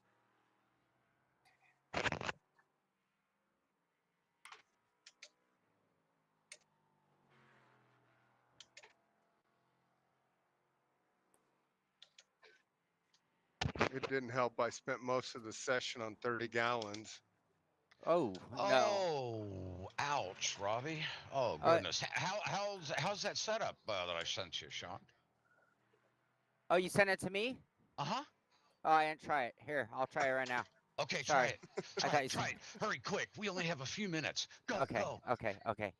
Did we figure out fuel, by the way? That would be a big negative. I know that we're going to be about 11 laps.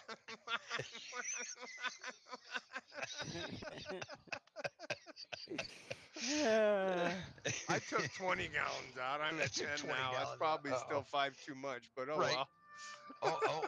I'm getting a phone call from our friend Frank. Stand by, everyone.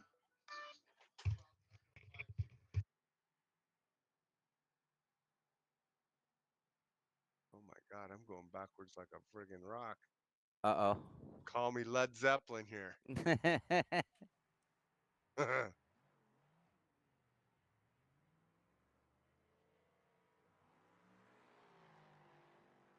well.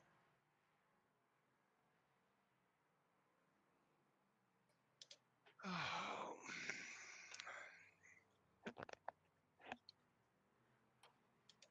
If I could run my theoretical best and put me just behind you. You just got to nail one. Yeah. Which, like every nerd in high school, I don't think I have a chance.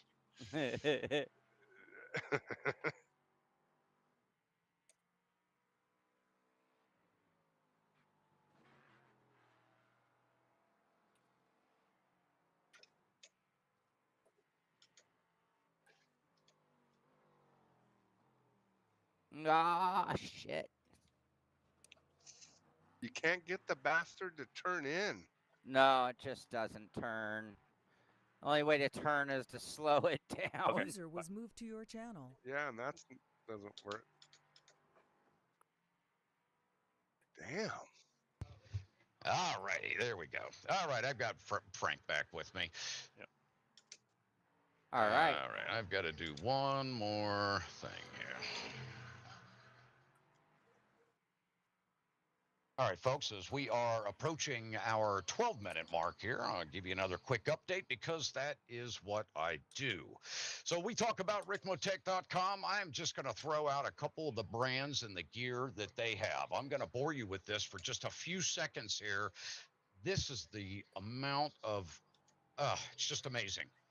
So we have the APX Extreme system. We have Ricmotech gear. We have Real Gear. We have Alpine Stars, Rosie, Bodner, Clark Synthesis, Earthquake, Extreme Sim Racing, Fanatec, Logitech, Momo, Mozo Racing, MSim, MPI, Next Level, NRG, OMP, ProCar, ProSim by Quafe, Real Drive. I mean, come on, guys, Rexing.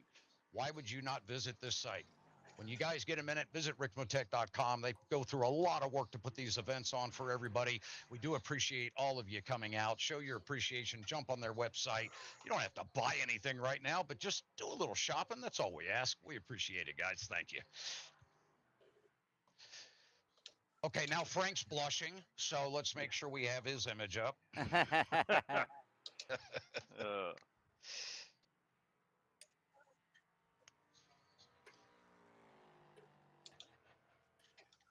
That was a great conversation earlier. I love diving into that stuff because I don't think, it's nice for you, Shaun, because, you do your coffee thing and you have all of that. But, here we can just really ramble forever.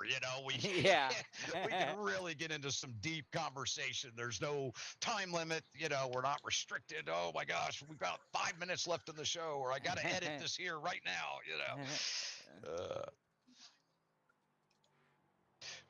One thing I wanted to mention when we're getting down to these final couple minutes so that I can distract Shaun some more. Frank, you may be able to, you and I will chat about this, Frank. We'll let these guys drive. So when we talk about somebody sitting in a simulator, and let's just run, two parallels here. We have a driver in a rig with a direct drive wheel. Let's just call it hydraulic brakes, just because they're my favorite. So we have that setup and that configuration. They're in a 5-point harness. They're strapped in. They have a slip sense motion sim rig. So they're feeling, pretty much as they could really feel to be somewhat realistic, okay? Okay. When you're in a real car, and Robby's going to probably want to talk about this, and I don't want to distract him, but when you're driving a real car, and we were talking about the forces with a direct drive wheel and almost being a little too much direct, and I think Shaun made a good point about that. It's almost so responsive that I feel that it gives you an edge, in the sim world. So let's just say that driver on that direct drive wheel, is his body mechanics and the forces that he is using, how close are they to what a driver's going to feel with the G-forces? So in other words, when a driver's in a left-hand corner at 85, 90 miles an hour, and their body mechanics are getting drawn to one side of the seat, they're trying to reverse that force by pulling with the right arm into that corner. You don't get that in the sim. No, So, you don't get that in the right. Right. So is that something that would have to be thought about when you talk about redesigning something? Well, okay. So I start almost every conversation about motion sims, but with the disclaimer that there is no way that we're going to be able to replicate a driver going 150 miles an hour around a 2-mile track, Right. putting them inside of a room on a simulator that only moves inches Yep. in any direction. Right. You're not going to be able to equate it.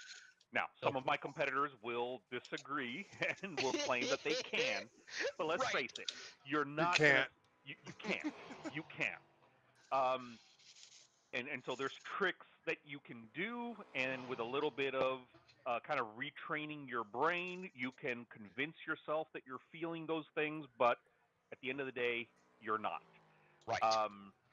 So with pedals and wheel, we can get to, I'll be right back. let's say we can't get to full forces, or it's not practical to get to the full forces, but we can get 50% of the way there, 75% of the way there, just kind of depending on what car you're driving and what gear you have. Sure. But as far as the motion, we're barely going to get you to 1%. Right. Right. And with the tricks that can be done, like rotating the driver onto their side in order for them to feel 1G of lateral force, because basically that's 1G is one gravitational pull of the Earth. And so when you're cornering and you're feeling 1G, you're feeling basically your own body weight as if it were being pulled to the side. Right. Right. And so we can't exceed that with any type of a motion sim. So even something that kind of rotates in place or moves around within a confined space, the most you're going to be able to get is 1G. And if you have a race car that exceeds that, you're still not 1-to-1. Yeah, the correlation of 1-to-1 is just not there. Right. And then when you throw in that in order to put you in that position so that you're sideways and kind of feeling that sideways pull, we have to rotate your body, which is not something that you feel when you're in the car, because in the car you're never being rotated onto your side. Right. So in the sim, we're rotating the driver onto their side. Now that's confusing the brain because I was just going to say it's creating another element of confusion. Yep. Right. So in order to get you that 1G of lateral force, you're experiencing a rotation, and that's not correct either. Right. So yeah, we get into this dilemma of, all right, how, what do we do? And the closest we can get is we're getting less than 1% of the forces at best in a motion sim. So we really have to kind of balance that sensation with the other sensations so that things feel natural. And I always emphasize 5 minutes. 5 minutes remaining. Drivers in warm-up. And I always emphasize that we want to minimize those other sensations that we're using trickery for, because that ends up being just noise. If we're rotating your body, you're feeling noise. When you're in a sim and the seat leans back to mimic acceleration, another question I pose to people is, if I were to blindfold you and sit you down in a wheelchair, would you be able to sense the difference between me rolling you forward versus me leaning you back? And the answer is yes. Even if you're blindfolded, you can tell if you're being leaned back versus rolled forward. Of course, yep. Our brains are more perceptive than that. Yet that's what a lot of motion sims try to do. They try to lean the seat back to mimic forward acceleration. Right. And you sit in a sim long enough, you let yourself get convinced, and eventually it becomes second nature. And when you feel the seat leaning back, your brain interprets that as acceleration. Right. And yeah, so with enough repeated exposure, you'll swear that you're feeling the real thing. Yeah. But for the purposes of training a race car driver, that's exactly what you don't want to do, because you don't Sure. want to retrain their brain with a different sensation.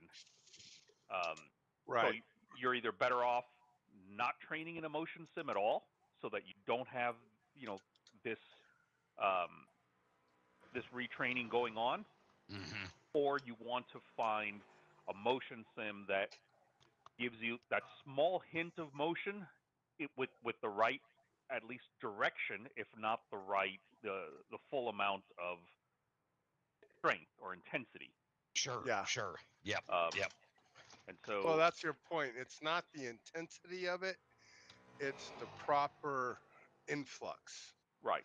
like the proper timing of when you feel it. That's why your sim motion part, I think, is so much better, because it doesn't mess you up. It just allows you a little bit of what you would feel anyway. Right. Right, but I don't have to jack around trying to undo some of the rocking and rolling like you do in an arcade. Right. Exactly. Yeah. So we market motion sims that rock and roll, that have pitch and roll to them, more as an amusement Yeah. simulator. Okay. Sure. Sure. Versus a training simulator. Right. Well, and if right. you think about it, a flight simulator, that'd be huge, right? Right. And Because then, you so we are got actually a lot doing of this that, from right. that. Yeah. Yeah.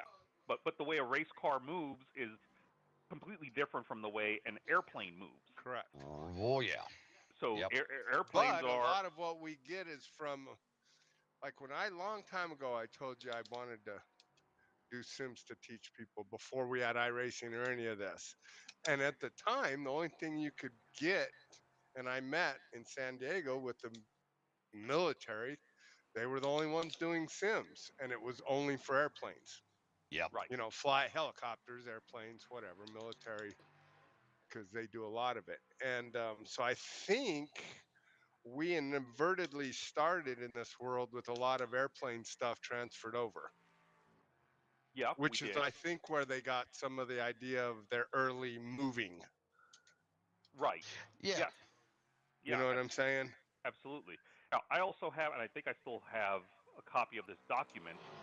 The U.S. Army commissioned a company to do research and generate a report on the effectiveness of motion simulators for ground vehicle simulator training. Oh, Oh, really? interesting. Yeah. And the determination was that motion was not an effective tool Part of Okay. it. Okay. So for training a soldier to drive a Humvee, motion is not and they list what motion is appropriate for, but for the driver it was determined it's not appropriate. However, for the gunner it is, Probably, yeah. because they need to be able to train Well, that to would aim make that sense, weapon right? Being moved around. when they're being tossed around. But for Mhm. the driver, there's no benefit to adding motion to train them to drive a Humvee across different terrains. Makes sense. So that was an interesting report, Yeah. and that dates back quite a long time. Yeah.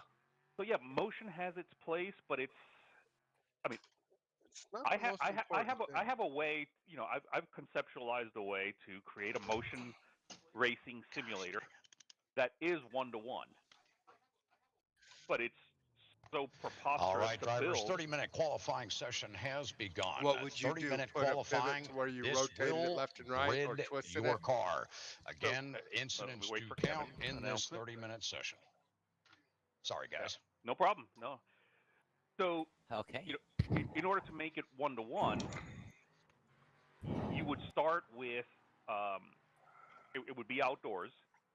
It would be a piece of land that is Let's keep our situation of the awareness up largest while leaving the pits. the size of the largest track that you want to simulate, and using some system of rails and tracks, there you would have a simulator that's able to move all across this Wow. piece of land. Pretty much, I mean, yeah, at that point, you can almost go to a track. I see what you're saying. Right. And Well, right. what about going like somehow like and the then- Lara's deal? Have you seen their sim? I haven't seen the Delara. No, I've heard about it, but I know that it's top secret. Okay. And It's Pretty basically elaborate. it's Yeah. very elaborate. So, have you ever seen anything like a? Have you seen the real? Oh, like the Osprey sims or any of the military? You've yeah, seen how they work them? They do the. Basically, it's a giant room, It's like a right? big With egg, big isn't like it? 10-foot. Whoop! Sorry, Robby. Sorry, Shaun. I was trying to let you by.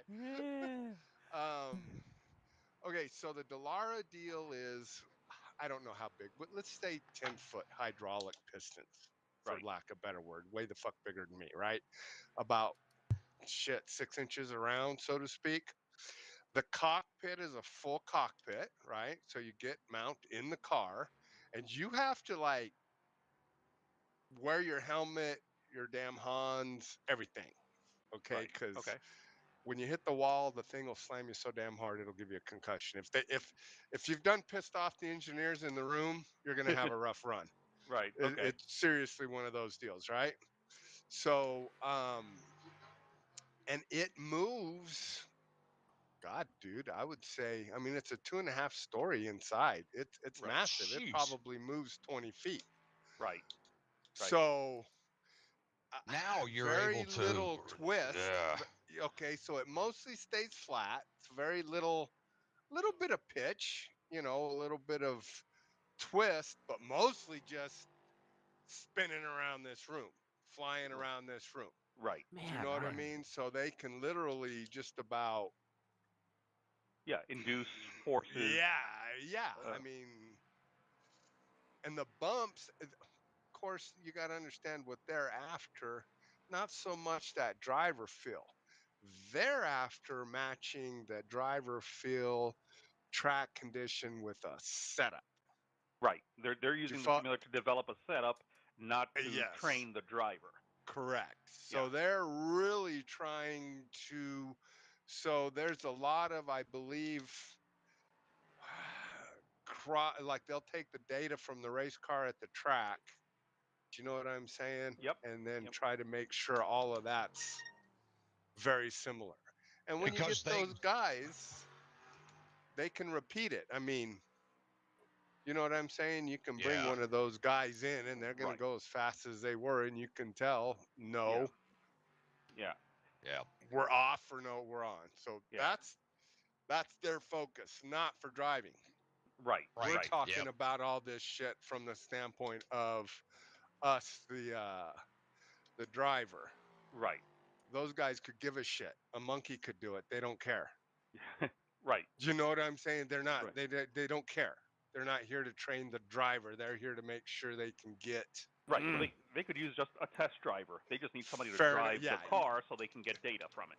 Correct. Yeah. So it's complete. But it's just like, so I was lucky enough to get to fly the Osprey simulator for the Marines. Okay. Nice.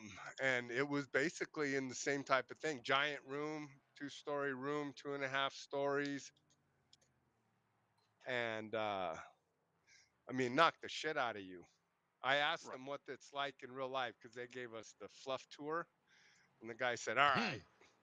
He says, I'll show you what we do to the newbies that piss us off. And dude, I mean, they like send you to the frickin' doctor. Right. Yeah. Holy man. So, Yeah, no so shit. at that level, so now you're starting. It takes that to get close to that 1-to-1, and they're not even doing it for a driver. They're doing it for car data. Correct. But when you think about that movement in that thing, that probably is much closer than anything that we've seen developed proprietary for our industry or consumer means. Oh, big time. Yeah. Yeah. It's pretty neat. Now, with that said, I think you'd be surprised to find you're probably on the same pedals and the same basic wheel. Yeah, right. That's what I was meaning earlier. Is that, you know, You know what I mean? one That's of going our to be our furthest thing is you know that ability to translate that seat in your ass, or that you know that seat of the pants feel. hmm Because even being able to, I mean, most drivers rely on that, do they not? well, yeah. I mean that's how you become one with the car. It's what makes it instinctive. It's like not even Ex- reactionary. It's like in Right. timing Yeah, with. right. So I would think if you can't achieve a high level close to the 1-to-1, why I can't wouldn't get you lap then in. try to go to the opposite end of the spectrum and start there and try to just create very minute nuances that could just trigger the experience, not try to replicate, Well, but so just enough to, I'm glad you said that, Kevin, because like what Frank described, it's like you literally would almost have to build a track to yeah, get the speeds, to get the G's, or you'd have to do one of those centrifugal things like they do for pilots. But right, that I don't think you can turn. I don't know how those things work for turning right if it spins left, right? yeah, Because the mass is being thrown outward no matter what it's doing. Yes, it's getting G-force, but it can only do it one way. But you right, might be able to double access that idea, Well, actually. Do a yeah, smaller room and do a double rotating, like you but said, it would have to reverse that direction as soon as you transverse your wheel, though. It would right, be extremely. But so my point is, I don't think we can do any of that realistically. And then it comes to me like, well, at the point that VR gets to where no one gets sick, like when VR is so advanced and so smooth and so clear and moves with your head in unison so quickly, then a normal person would be able to put it on and not get sick. And I think that right, when we get there, so like before we had anything, and this goes back 20 years, and I'd be on a single monitor, right? And I'd black out my room, and I'd be on a yep. a old 19-inch tube monitor, right? Yes, I And was there. somehow, some way, an hour into it, my brain would start to create G forces in my body, Right, and and people joke about how much body English I drive with, and it's like, well, that actually gets back to when my brain used to trick me into feeling G forces that obviously weren't happening. And right, so there are a few things like I'm on a motion system right now, all right? But as much as they damn do it. certain movements really well, and butt kickers try, there's this like weird intensity. And I was gonna say racing is really loud, and it's like, yeah, but you know what? Sometimes in my helmet, it's not actually that loud. What it is it's like it's loud on different sensory level than your ears. It's yeah. loud in It's body very English. dense. The Yeah, body English is obvious when it's a G-force, but that same body, butt feeling in your butt happens for RPM. It happens for very fine bumps on the track, and yep, so like a car is smoother. Usually, most cars I've driven are smoother at 100 than they are at 30. sure, However, there is a vibration, and it's not a butt kicker kind of vibration of intensity that happens at 100 that doesn't happen at 30, and an edginess that the car starts dancing differently, and to me, those are the things that we can tap into that I think are still just barely scratching the surface on, and I think a better implementation of high and low speed frequency vibration, mm-hmm, a loudness that goes beyond audio, and mm-hmm, then finishing it off with VR that is enough to truly make your brain start playing tricks on you, where you really do think you're going to fall off the cliff. Going through the corkscrew, you know what? If you've never been through it the first time you dive in blind, it's Yeah, like, you end up woozy. yeah, I mean, it's like, wow, that is a massive elevation drop. And I've never been in a sim that gets you anywhere close to the feeling of how much elevation. And like, I'll yeah, tell you, iRacing does not do the corkscrew any kind of justice. Because oh walking, no, how could it? yeah, Right, yeah, you, Yeah. you just get Well, no then sense of elevation. let me ask this then, okay? So early in this adventure for me when I first met Frank. I forget where I was. Oh, where the hell was I? Oh, I did a celebrity race, celebrity pro-am thing. Tanner Faust, Dominic Dobson, a few of us. Okay, so anyway, Dominic Dobson. Uh, I don't know if you guys remember him, sports car guy. Yep. He's telling me about he's getting into Sims too. He's telling me he's gonna go race Pikes Peak. He's got this geeky guy who's gonna use Google Maps to lay out the track, and he's gonna do a sim to practice it. Blah blah blah blah blah. But he's having a real hard time because he's getting sick. Right? Uh-huh. He can't not get nauseous. Yeah. Is he in So VR? I don't know what I think VR. Yes. So he Okay, yeah, tells me probably. about this thing that he found. He says so the truck. We went to the truck driving school. You know, the semi guys Uh-huh. are the only ones that really use this in real life. And he says there's a thing they put on me that goes behind my ear that I put on. So he says it's like like an earbud thing that wraps around your ear. And he says it puts a frequency out right behind my ear that takes it all away. He says, and it makes me think I'm right there. And he said it did is it's a vibration in this little thing that basically nullifies the inner ear thinking that it's moving. Right. So he says that's what they use to get rid of Interesting. sickness. Yeah, Well, okay. I was gonna say that's the same spot you put the seasick thing Yep. on, Yeah. Yep. I was thinking the same thing. Yep. or that So drug in anyway. Hot Tub Time Machine too. Anyway. Right. But that's interesting. Now, I've never been able to find out what that is, but it sounds like something like that. I'm sure there'll be something like that involved when we get to that next level of getting VR tuned into us, right? Because VR right now, the problem is it does make a lot of people sick. And I think, well, Okay. if it makes a lot of people sick, then it's really not really that good yet. Yeah. But maybe it's something that needs to be Well, done, but like I because the think inner it's ear. not argue going to the go opposite. away. I argue Yes, the opposite. I do.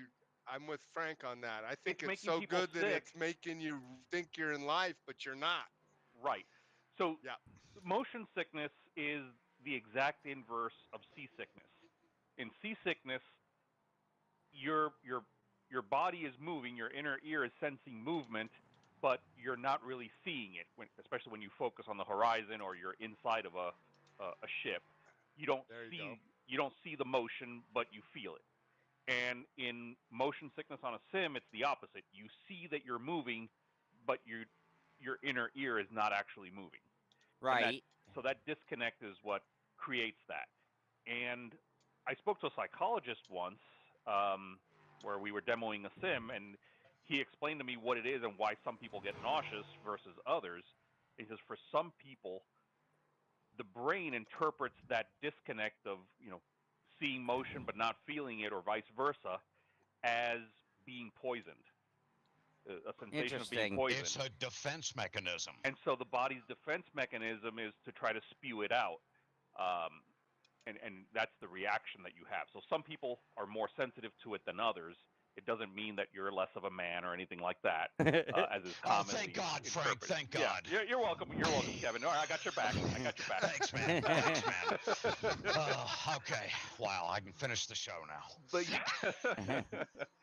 But I think the reason VR tends to make more people sick is because it's more convincing. When you're sitting in front of a screen or even triple screens, but you're still able to see the rest of the room, you can visually anchor yourself to, that things aren't really moving.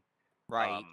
And if you focus on the screen and you kind of, tune out the rest of the room, you tend to get sicker. And then with VR, obviously, you're blocking out everything. And Right. so I think it's that. I don't think making VR better is going to relieve that. I think it will I actually agree. make it worse. it'll make it worse for some people. Now, so let me ask you this, Frank. Now, there are some VR units out there that have a very wide field of view, with great technology in them. Where's that disconnect where you feel that the improvement of the technology of it could make it worse for the user? Is that what you're saying? Yeah, and I don't think it's going to No, make he's it saying worse. that it's so real. Yeah, it's so real. It's so but real you're that missing you're one missing that component, movement. the It'll be even movement. more difficult for the body to Correct. The inner ear overcome is that disconnect. still Right. Yeah. So potentially a wider field of view, both side to side and up and down, would convince you even more that you're not wearing right. a device, Right. but Right. you might actually So feel even that more you're so, there. I think something like this vibration thing, where you could possibly take the inner ear out of the situation. Right, something that kind of nullifies the sensation of the inner ear. Correct. So Yep. Dominic said it was like whatever that did made it to where now the body just was using his visual to calculate G-force. He says he actually started feeling the G's in his body. The body just naturally went there. Yeah, he I said think that's where the because there brain was no fills in the confusion. blank. And probably more of that he wasn't feeling that he wasn't moving. Not that Right. he was feeling he was moving. It was just correct. easier to convince himself To that he convince was, himself. Right. because Yeah. his inner ear wasn't telling him the contrary. Right. Correct. Yeah. Yeah, he said it was a trick thing, but the feeling to him, from us drivers, it ends up just being the feeling. And he says the feeling was that all of a sudden he, one, didn't get sick. That was his main thing, because he was really sick, but that he actually could feel G-forces in the sim and feel the movement. Right. Yeah. Well, I think again, when your brain starts to play that trickery and you really start to feel and get one with the sim. So question from Star Fox, Frank, and I'll give you my take, but question is, does even basic movement from motion rig alleviate any of that motion sickness or change it at all? And my thinking personally is I've had no effect VR, whether I get sick or not, or how long I can drive before I start to feel sick. There's no difference with motion. However, as I'm starting to get sick, motion does not help. It's the jittering, not the motion. Yes. It's the jitter. Right. And my take on it is, because motion is not 100%, correct, it doesn't help. I don't know if it makes Right. it worse, and it depends on what type of motion rig you're on. It could make it worse, but I have not seen that it makes it better. And I've had a lot of customers come through the shop, and quite a few amateur real-world drivers that get sick. And I've tried it many different ways. I've tried them on single screen versus triple. I've tried, VR versus not VR, with motion, without motion. It doesn't seem to make a difference. If the person has a propensity to get that motion sickness, they're just going to get it, and they have to overcome it the way everybody, overcomes seasickness. Yeah, you get back on the boat, and you take a break when you need to, and you drink some water, and then you get back on, and eventually you power through it. You become a real boater. Well, Yeah. and I talk about as a reviewer of sim gear, I use the word acclimation all the time. And it's like when you change gear, there's an acclimation process. You go from You a load bet. cell to a hydraulic, and it's like, well, you have to learn the difference in pressure, difference in idiosyncrasies, difference in release. And same thing goes like if you're never played a video game in your life, just sitting there staring at a TV like that might be enough to kind of screw with your eyes and brain and inner ear. Yeah. And if you're an avid gamer and you step into sim racing, it's a different kind of motion. I'll give you another great example getting into VR. Like, I can play racing games all day long, and it usually doesn't give me any kind of motion sickness at all. However, put me in a game where I can run like diagonally and look over my shoulder, and I'll start puking in 3 minutes. So That's me. Yep. you know, Interesting. Like Call of Duty or one of those first Yeah, person shooter type. Okay. I cannot do shooter games in VR. It just, if my brain is locked or my vision or my head is locked, I can. So, and in, VR racing, I turn my head, right? I look to Apex. Sure, right. Yep. It's just something about the running left and looking right just immediately screws with me. But I think in time, I'm not a seasick kind of guy. Like I don't get motion sick. I don't get seasick for the most part. VR is one of the things that has tested my ability on those fronts. And so I firmly believe that with acclimation, like if I was just determined to be a first person shooter in VR, I think I could probably make it happen in time. Yeah.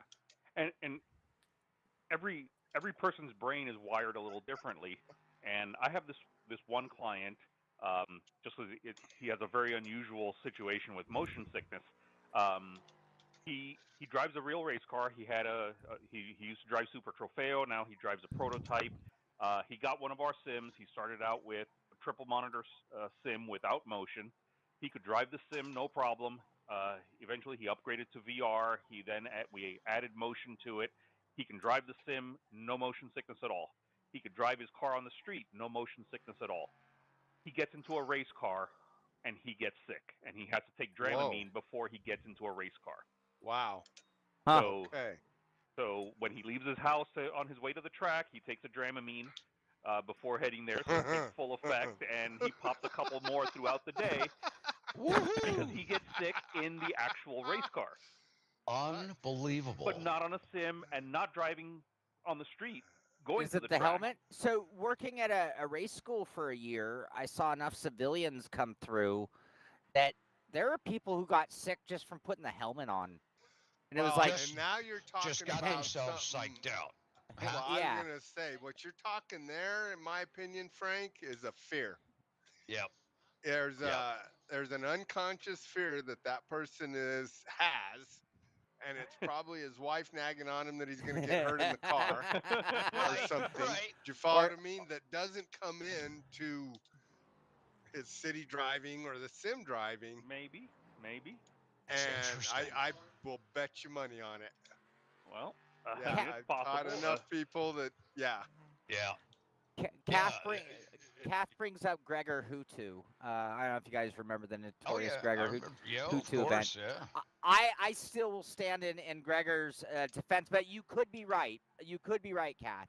But I will stand in Gregor's defense and say that the guy is from like Nordic region and went to like Alabama in the summer, and it was like 95 degrees and 85% humidity, and they then stuck him in a race car, and it's like, oh, that'll wear you out. Yeah. See, the problem that you have there, and you guys probably don't know it because you come from a world where you don't even know what racing without a cool suit. That we used to do that. Oh, do tell us, It used Robby. to happen. Old people, But I remember when we started developing the cool suit. Okay, Al was one of the people Al Jr. was one of the guinea pigs early on in that. Couple things. The first cool suit shirts were plastic, first off. Oh. So when a system shut down, now you were basically sitting in a frickin'... You're like trying to lose weight. Yeah, you were like wrapped in plastic. Stewing in a bag, yeah. Right. So quickly what they found, though, and actually I'll give Al Jr. credit for this, he was smart enough to say, because it went out on him once and he had to get out of a car because of it, and he said, screw that, just give me the head. Cool my head. Cool my neck. So it turns out if you can cool the blood going to the head, if you can cool the head off, you don't stop thinking. Right. Even if you're into a situation where you're chronically overheated. Right. If your head can stay a little cooler, then you can keep your mental resources keep your wits about you. Yeah. Correct. Yep. And when you take a person into a situation they've never been in, like this guy you're talking about that race a sim and you put them in a real car, the exhaustion alone of just the situation is going to be taxing. And then if you add heat to that, nah, that's not fair. Yeah. Do you follow what I'm saying? That you can't do that. That's Yeah. just, there's, Yeah. you've got to give a person, racing is more mental than it is physical. Not that Mhm. it's not very physical, don't get me wrong, Oh. but it's extremely mental. Robby, I built a mean, cool suit for my sim rig. Yeah, no, it's That was really, the coolest thing you did. I mean, not no pun. I'm not punning, but it was a very good idea. It was funny. It was very funny. Yeah, It was it was. It a was poor fun. man's cool suit. All right, It I'll was be a right poor back. man cool suit. Yep. 5 All right, we minutes got to till get some race. announcements going here. Yep. All right, drivers, we have just over 3 minutes remaining in qualifying. Just over 3 minutes remaining. Your driver at the top of the field right now is the 40 car with a 118.224. We'll be switching over to that first 15-minute heat race coming up here, and we'll go over some rules as we're getting ready for grid for that. 3 minutes remaining.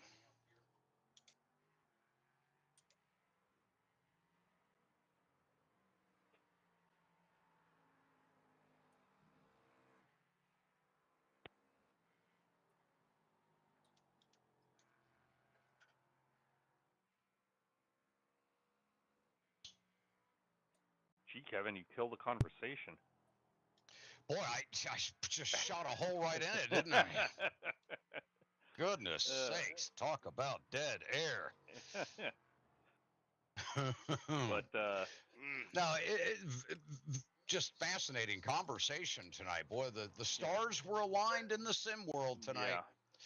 Yeah. I mean, and the science of creating that simulation experience and sensation is what fascinates me and drew me to it. Yeah.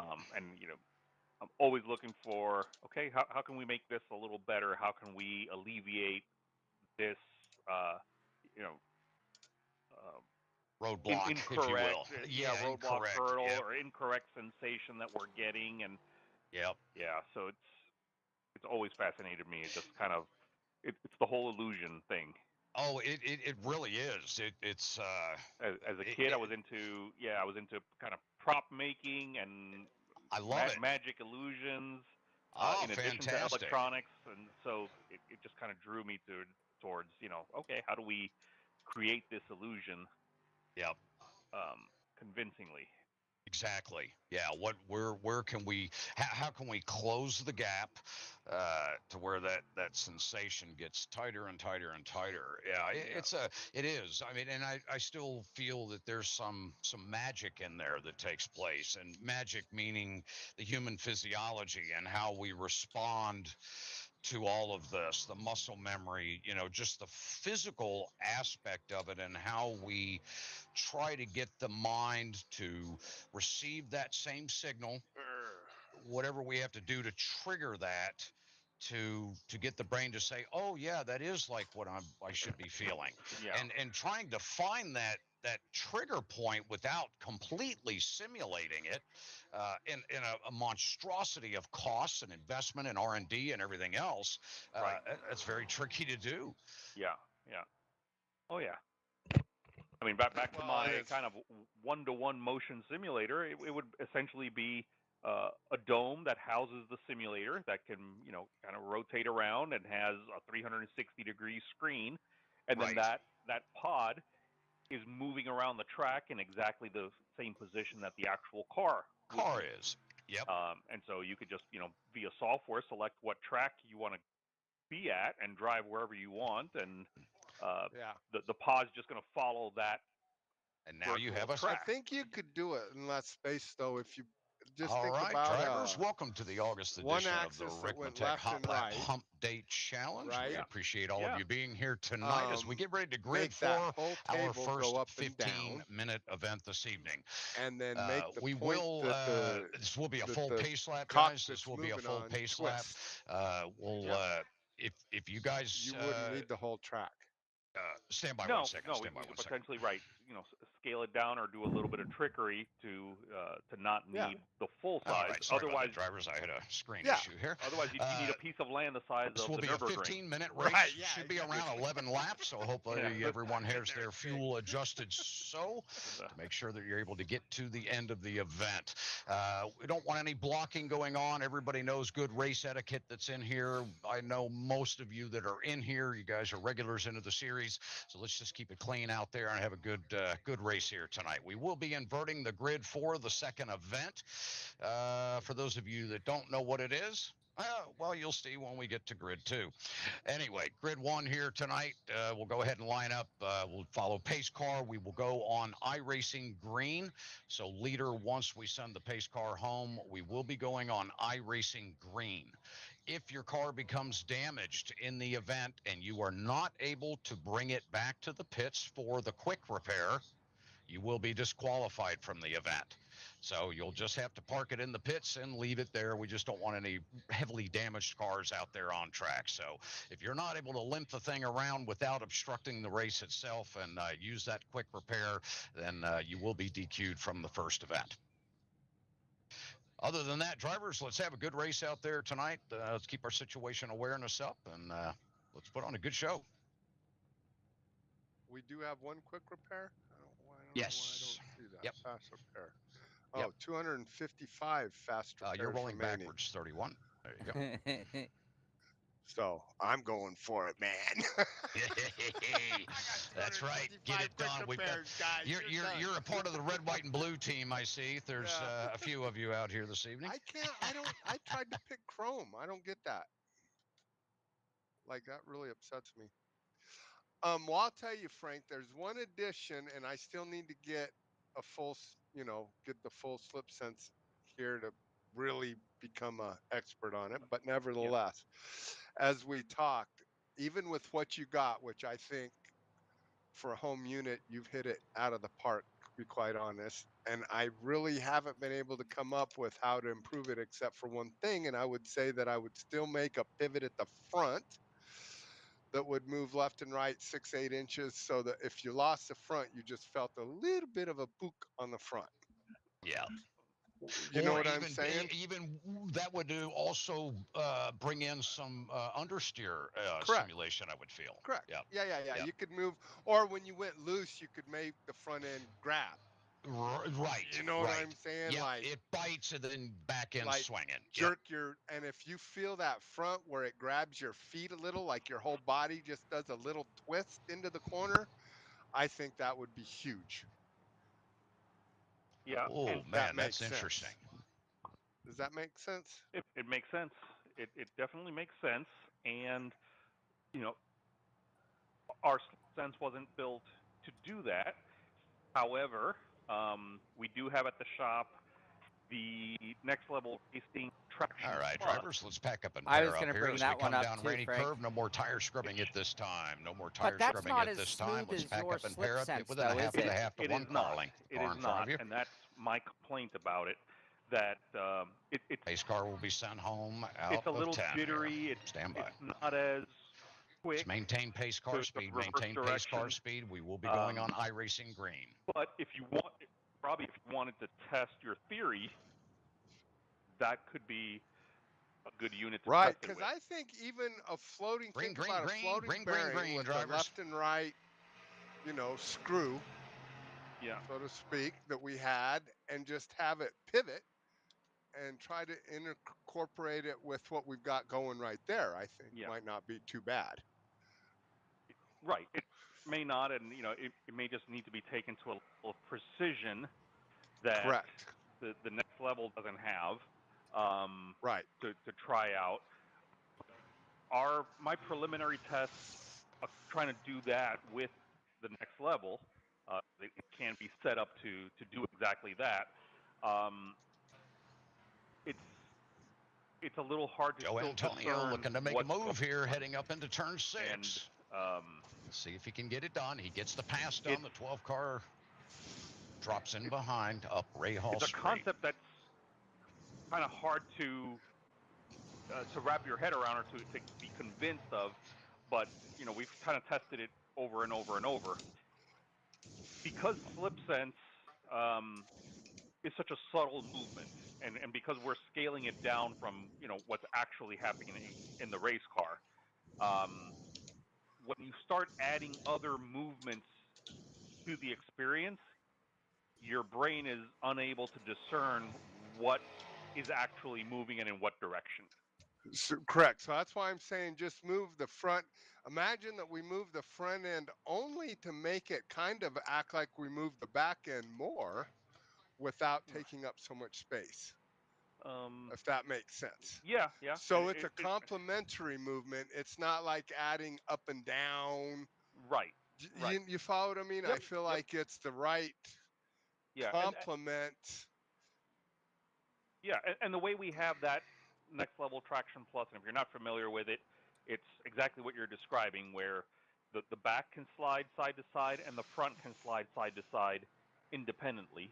There you go. So what we have, well, the way I configured it for display at the store, is the front of the rig will slide into the turn. So when you turn left or you turn right, it will slide to the left or slide to the right. So essentially, you're pointing in the direction of that corner. Fair enough. Okay. And then if you understeer, you're basically losing that turning force. So, correct, and it moves back out. So it moves back out. It moves back towards center. And then oversteer works as you would expect. Only when the back of the car slides out does the back of the sim slide out. Right. You're clear, Robby. But with this movement, it becomes a little difficult to discern what the movement is conveying. Obviously, you know what's happening because you're driving the car. Okay.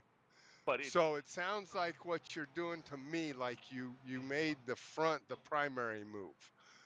Why don't you try once making the front only move when you lose the front? So keep your same slip sense. In other words, turn in, just let the back move.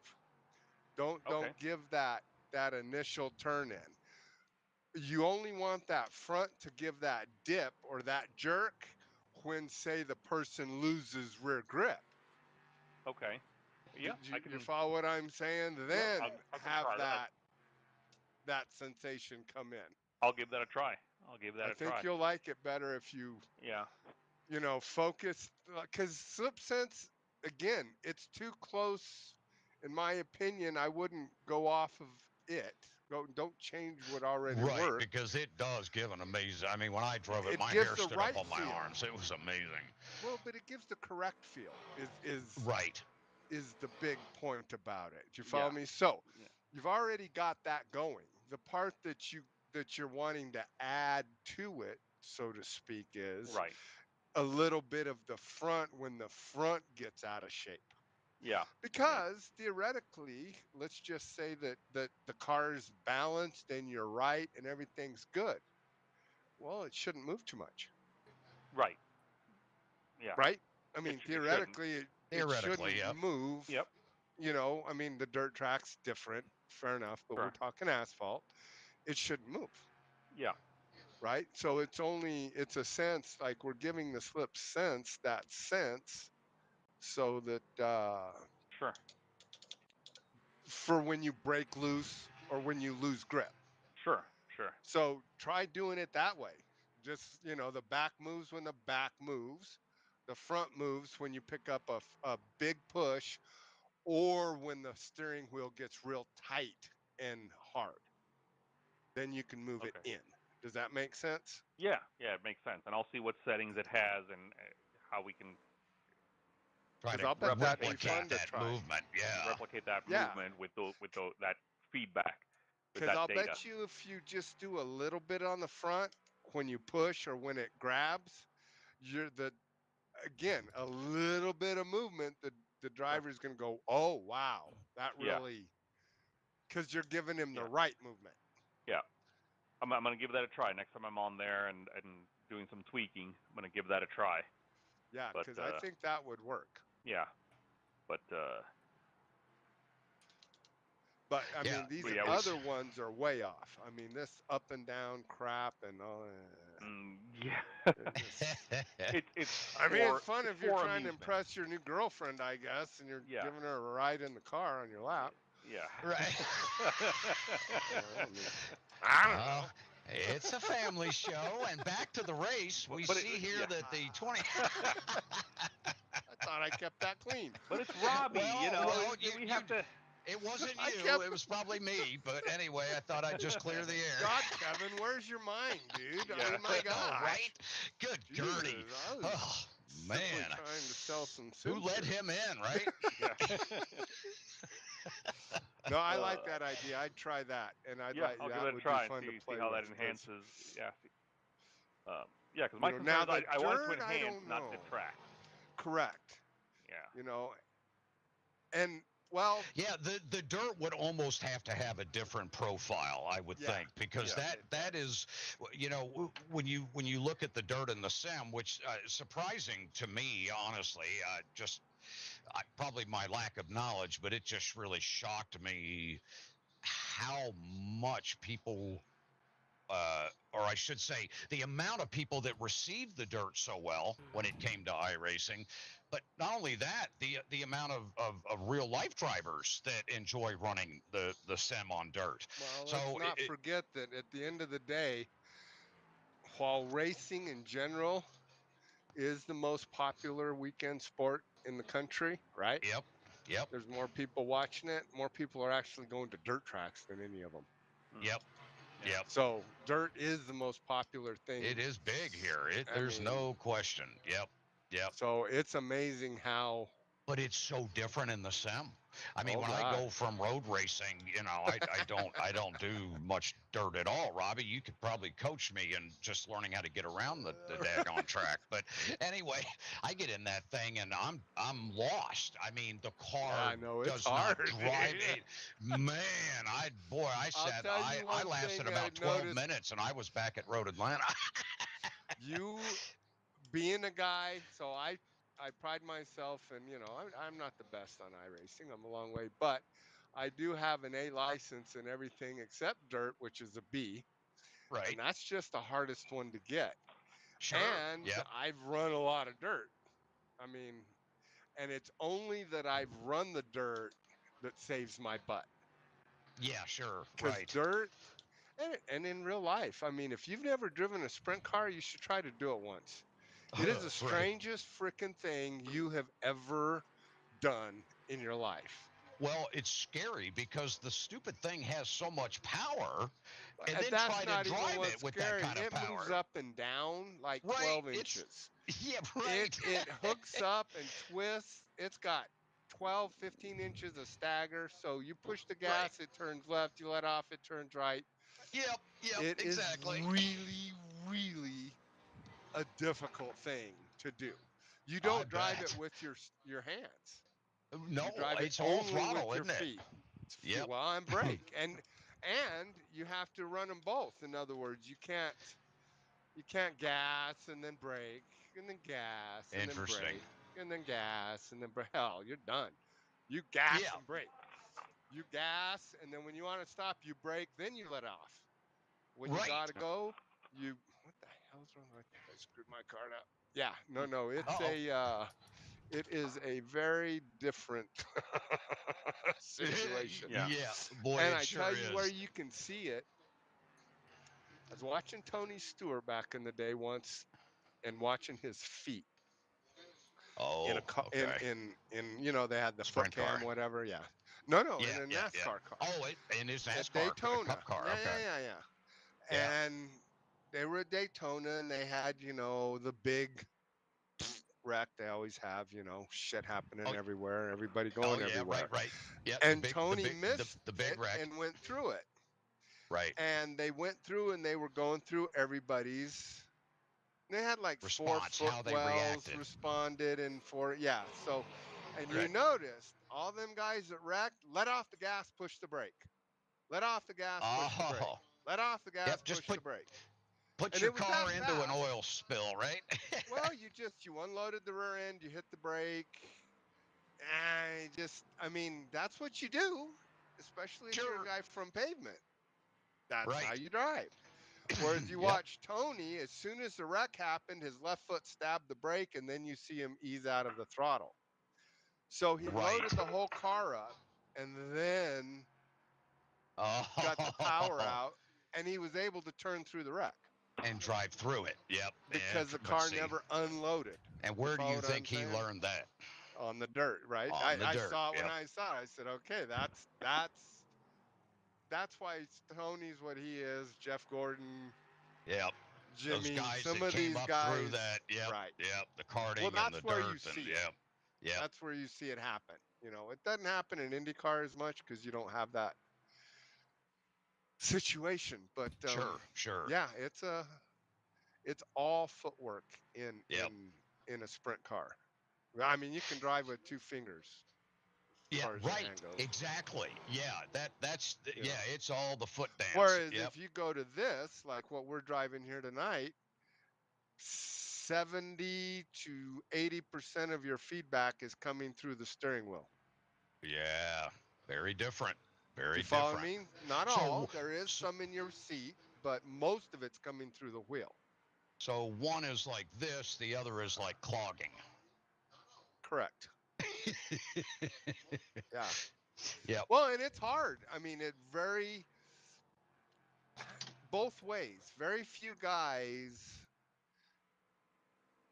go from that dirt over, especially to IndyCar. Mm-hmm. Like that was a tough deal. Yep. That was a real dirt is all by your ass, and an IndyCar is 95% through the steering wheel. Sure. Yeah. If you wait for your ass to talk to an IndyCar, you're looking at a nurse. You're looking at a cement wall, right? Yeah, you're already talking to the nurse. You've done passed out for an hour, dude. You're not even there. It happened. You don't even know what happened. You don't even know what They happened, got right? pictures of you with your underwear down and everything in the ambulance. You're done. It's over with. Oh, you paint such a lovely shot. Yeah, You know what I'm saying? It's over. That's great. It really is. You just don't have that time. Yeah. Whereas in a cup car, you start filling it in your ass. Yeah. You feel that tire going in your ass before about the same time you feel it in your wheel. Right. Yep. You follow what I'm saying? So. Sure. Interesting. And again, I don't know that the pursuit for full G's in racing in a sim world, I don't know that if I would pursue that technology. Okay. Interesting. I think where for me where Frank is in just moving the back and the front, and you want to get fancy, maybe slide your whole sim forward and back a little bit. Okay. Yeah, just there. a little bit. Right. Flat. Right. Yeah. Yeah. not And be twisting it, done with just- it. Yep. Right, and be done with it.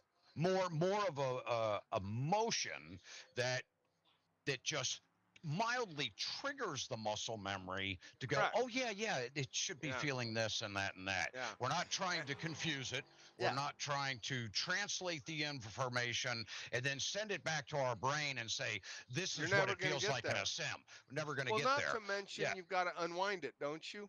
So Yeah, every right. time in a motion sim you put this in because you move the sim over that way, It has to return with that you got to same. get it back. Yep. With the follow what I'm same saying? sensation or the same as close to one sensation.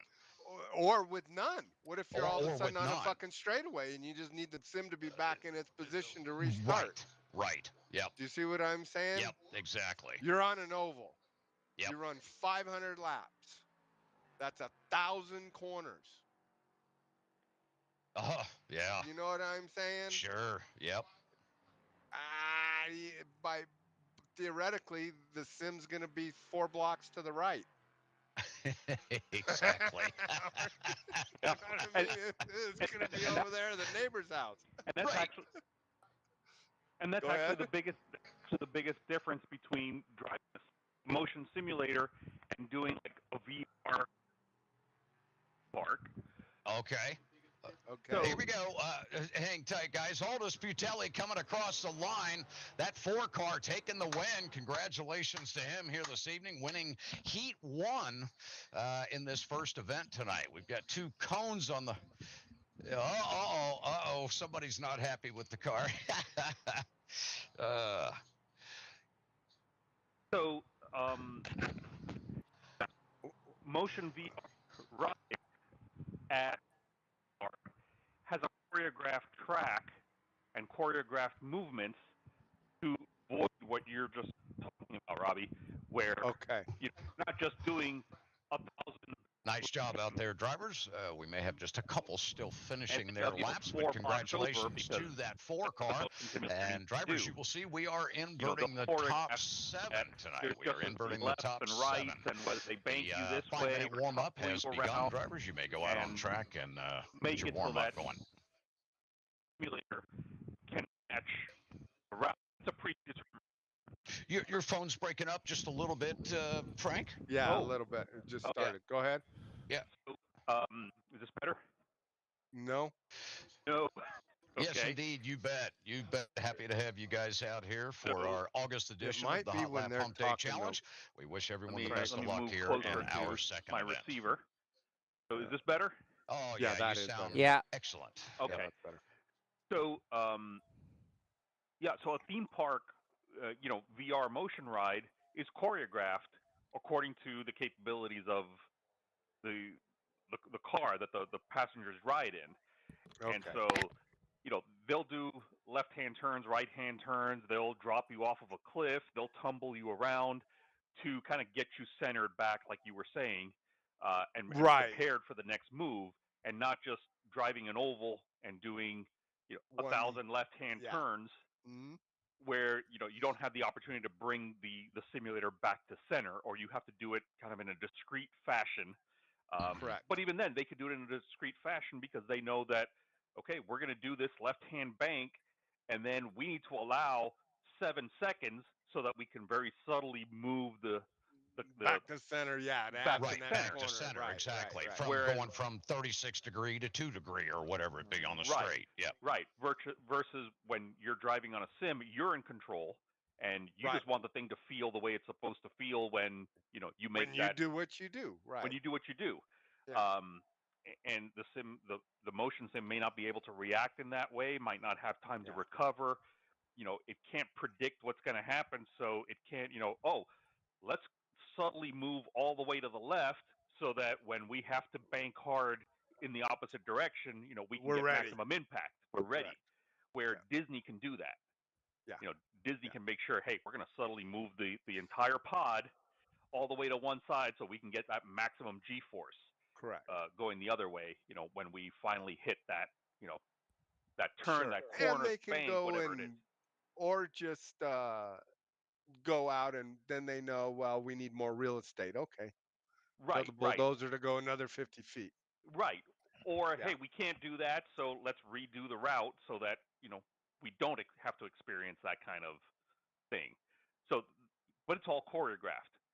And Right. they make it work. Whereas a sim, we're trying to replicate whatever track exists in real life, and we don't have the opportunity of oh, that switchback is too intense for our sim. We need to straighten that out a little bit so that we Correct. don't exceed our sim's capabilities. Mhm. That type of thing. But Right.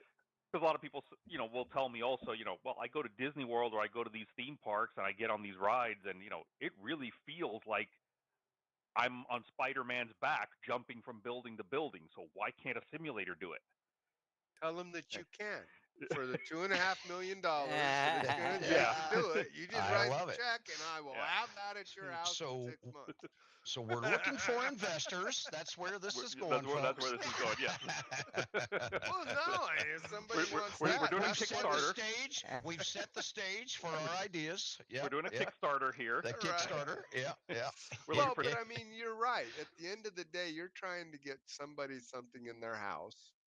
That's why I still say I look at a lot of guys' sims. There's some really nice sims out there. But I mean, if I'm trying to work with a new kid who's trying to really race, I just think you're wasting money if you don't just start here.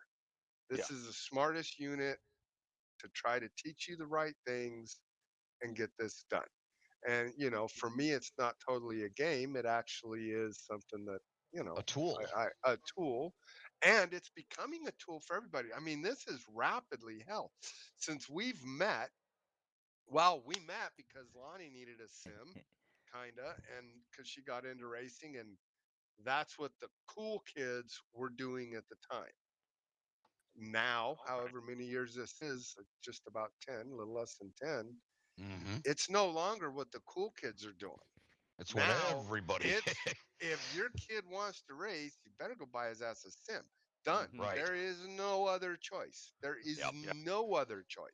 I don't care how much money you have. I don't care what you do. Buy him a sim. That is the only avenue into motorsports now. Yep. Yeah. Is through a sim. Yep. That's it.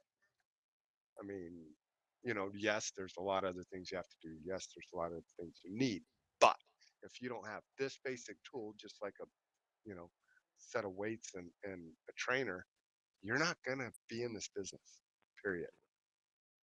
All It's right. not Good luck happening. and grid up, everybody. Good luck. So it's interesting. All right, drivers, that here we go it's- for our second round this evening. This one's for the T-shirt, guys. That's right. We're giving away one of those Ricmotech Racing Simulators T-shirts tonight, and that'll go to the winner of this second feature event. We wish everyone the best of luck. Again, drivers, if your car becomes damaged and you are not able to return to the pits to use the fast repair, you'll be disqualified at that point. Just go ahead and park your car on pit road once you tow. Otherwise, hopefully all of you will see all of you at the finish line. Again, we wish you the best of luck in this second race. Keep our heads up, situation awareness out there, guys. I'm hearing the echo, but I wasn't seeing the thing saying you were talking. Oh, I was. Well, it was You lit are. I up. did. Yeah, you heard it. Okay. All right. I heard it. I heard the echo, and it's like, wait, he. Yeah, it linked up on my screen. Yeah, sometimes I've noticed mine will do that, Shaun. You don't actually see the. Whoops. Uh-oh. What happened here? Let's see. That opened up another window. There we go. Oh, I've Yeah, seen- no, what an I'm starting at amazing second. game, Frank, in the time I've met or that we've met, just us and what I've seen in this business. And then not to mention what COVID did. I mean, I hate COVID, but the sim world can't complain about it. Well, you got that right. I mean, I I've mean- always made the joke that who would have thought the world would have caught a cold and sim racing would have become the hottest thing, right? Right. Well, I mean, in a sense, there's I don't know, like I said, with what we're seeing with this AI stuff coming as fast as it is, and it seems like they really are trying to get us lost in these quote simulation world, the Mhm. Sims, the first person shooter games, all that stuff. Ready Right. Player It's- One. Yeah, ready. There you Yes. go. Yeah, I was Ready talking to my Player buddy. One. Just wait till Amazon does financing, and then you Right. owe them, and all of a sudden we are Right. Ready Player Right. One. Right. Yep. And it's Yep. all starts here. Yeah, it does. Whoa! You're scaring me, Dude, I'm Shaun. on You're the scaring fence me. with this because on one hand, I'm very, anti-Terminator. Let's Yeah, just right, say, right. all right, Yep. and I'm very pro-conspiracy. But in our business, Boy, it this could is be an actual yeah, tool. I mean, absolutely. this isn't just a game. This isn't fun. It's a bitch. Yep. It's hard. Yep. It's frustrating, It takes and you work. need it. Yep. Well, and it makes you better. I mean, Yep. this is the only place I can say, okay, this shit makes you better in real life. Same with the Mhm. Yeah. truck drivers and the pilots. Yep. You know what I mean? Those Yep. guys, Yep. I mean, It bottom teaches line, discipline, body Yeah. control, Call out green, focus, Kevin, concentration, all of it. correct. or let Right. them know. What You know, happened, Shaun? no. I was just saying. All right, drivers, stand by. We're going on iRacing Green. iRacing Green, stand by. Go, Shaun. Go, go, go, go, go now. Green, green, green. I told you. All right, here we go, folks. Watching our There you go. There you go. Bring it down. man himself, the number 2 in that sim pit machine down into turn 1. He takes it a There- little good deep, job. and there's a big wreck in the back there. Nice job, Shaun. Stay with it. We've got many cars, Many cars back there sacrificing themselves in man. turn 1 and 2. Only Unfortunate for bad those news drivers. is Yildiz is already third. I saw that. Yeah. Yeah, bad boy. thing, I gotta tell you. Oh, man. Yep. Enjoy Yep. it while Is it that, lasts for I the think next you've 3 got corners. that 35 car, Brett Pancari, right behind you as well. Yeah, and he and I raced hard in the first race. Okay, well, just hang Yeah, tough, Brett's man. good. Just stay smooth. As they head up Ray Hall Straight into that huge incline, Wow. now into the drop-off of the corkscrew. Shaun describing earlier, the sim just does not do it justice. It is Matt quite a Leonardo's right on them monstrosity of a too. fall. I don't know who he is, but he's Down fast. through Rainy Curve, now into turn 10. Seeing a little bit of pressure now from Aldous Putelli on the rear end of that 35 car. I tell you, Aldous is really amazing at how damn precise he is every freaking corner. Boy, it's just there's that discipline, you know, we talk He does about. he don't Yep. miss his apex ever. No. He does drive off the outside sometimes, but he is how he hits his marks on the It's inside so is amazing. smooth. His radiuses through 1 and 2 there are just flawless. Yeah, it's amazing. He has a way of getting this car to turn in that I don't know how he's doing it. Yeah. Now watching the 4 of them here stretch it Keep out a little going. bit over John Hill. Leo Dragata, the youngster back there. Watching him in that 12 car. Let's see if he is able to hang with the top 3. Tell you He what, is. this kid He had has one some little talent. mistake, and otherwise he's right there. Yep. How old is he? He is 13. Oh wow. Oh, no way. Yep. Another Elvis. And let me tell you, he is putting on quite a show over in the sports car series. Yes, I think we have That's another Elvis on our hands. He has really made quite an impact with his racecraft. Oh, He's one that's of the Elvis. cleanest drivers. Look at this. Look at That this. was The 35 having freaking to good. stay down there low. Hey, you got to The give Brett a overtake is lot of done on credit the on that one. outside. He really was good on that. Yep. Aldous Putelli mean- now taking over that P2 spot. He now sees blood in the water. That blue and orange blood up there, that sim pit machine. He's going to try and chase them down here. A little pressure from the 35 as they head through that first set of double lefts. Now through turn 3. God. Very tough to not let that car travel off that corner. Look at Aldi just throwing that thing, rotating it right to the bottom. Man, he gets He can a launch make off it that stick thing. to the bottom. I don't see how. Yeah. Yeah, it has such a smooth I gotta turn say, in, but he's on them inside curbs harder than anybody else too. Yep. He's on that red thing every corner. Oh, no, there goes the 35 car. A little spin there. Brett Pancari coming out of 6. That's such a blind entry. Very difficult to not allow these cars to catch that curb on the inside, and it got away from him. Oh, no, we're hearing some issue here out of the 2 car of Shaun Cole. He falls back just a little bit. A mistake there in the corkscrew. Well, the 12 goes a little wide. The 12, Leo Dragata, the youngster, now putting some pressure on that veteran of Aldous Putelli. Look at this, folks. He is literally about 8 to 10 car lengths off the rear end of Aldous Putelli, exactly 1 second back at this point. Now, he made up a little ground. He did have a 1.3 second gap. He goes in a little deep. We're in there. 2 car tries to get a little move done here. Let's see if he can make it happen. 12 car gets his line back straight. Great composure out of that youngster. 12 car gets a nice launch out of turn 4 there. Now into 5. Love this corner. So much fun to put that throttle down coming up 5 there, knowing you've got that blind entry into 6. 2 car of Shaun Cole trying to stay right on the heels here of the 12. They're both trying to work their way back up to Aldous Putelli. Aldous has now stretched it out to 2 seconds. There could be a little bit of mirror driving going on here with the 12 car. Youngster trying to use what little bit of experience he's had on the simulator. You can see the talent really shining here as that 2 car is right on the back end. Just apart, oh, maybe 2 car length gap now as they come across the stripe. About 8 laps remaining here in our second 15-minute feature event. 12 dives himself down into that entry of 1 and 2.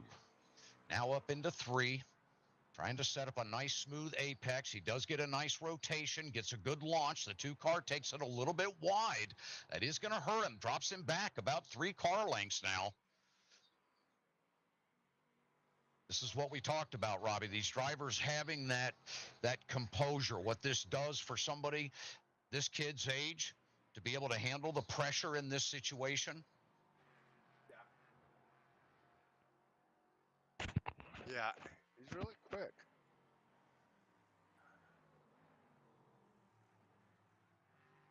You know, I sometimes think, Robby, Does he run real life or no? He does not. He does not. He has just a natural instinct. His racecraft ability. He and I raced together the other night in the sports car, or the touring car cup in the Toyota. And the 2 of us were just heel to heel. I mean, he was just a half a car length back from me, many, many laps through the race. His ability to brake and maintain that distance and be able to control his car with the lesser vision, as you know, going into some of those entries. It was the kid really showed some stardom. I was really impressed with how he handled himself. He put the pressure on, I can tell you that. And, of course, I blew it, Robby. We won't get into that.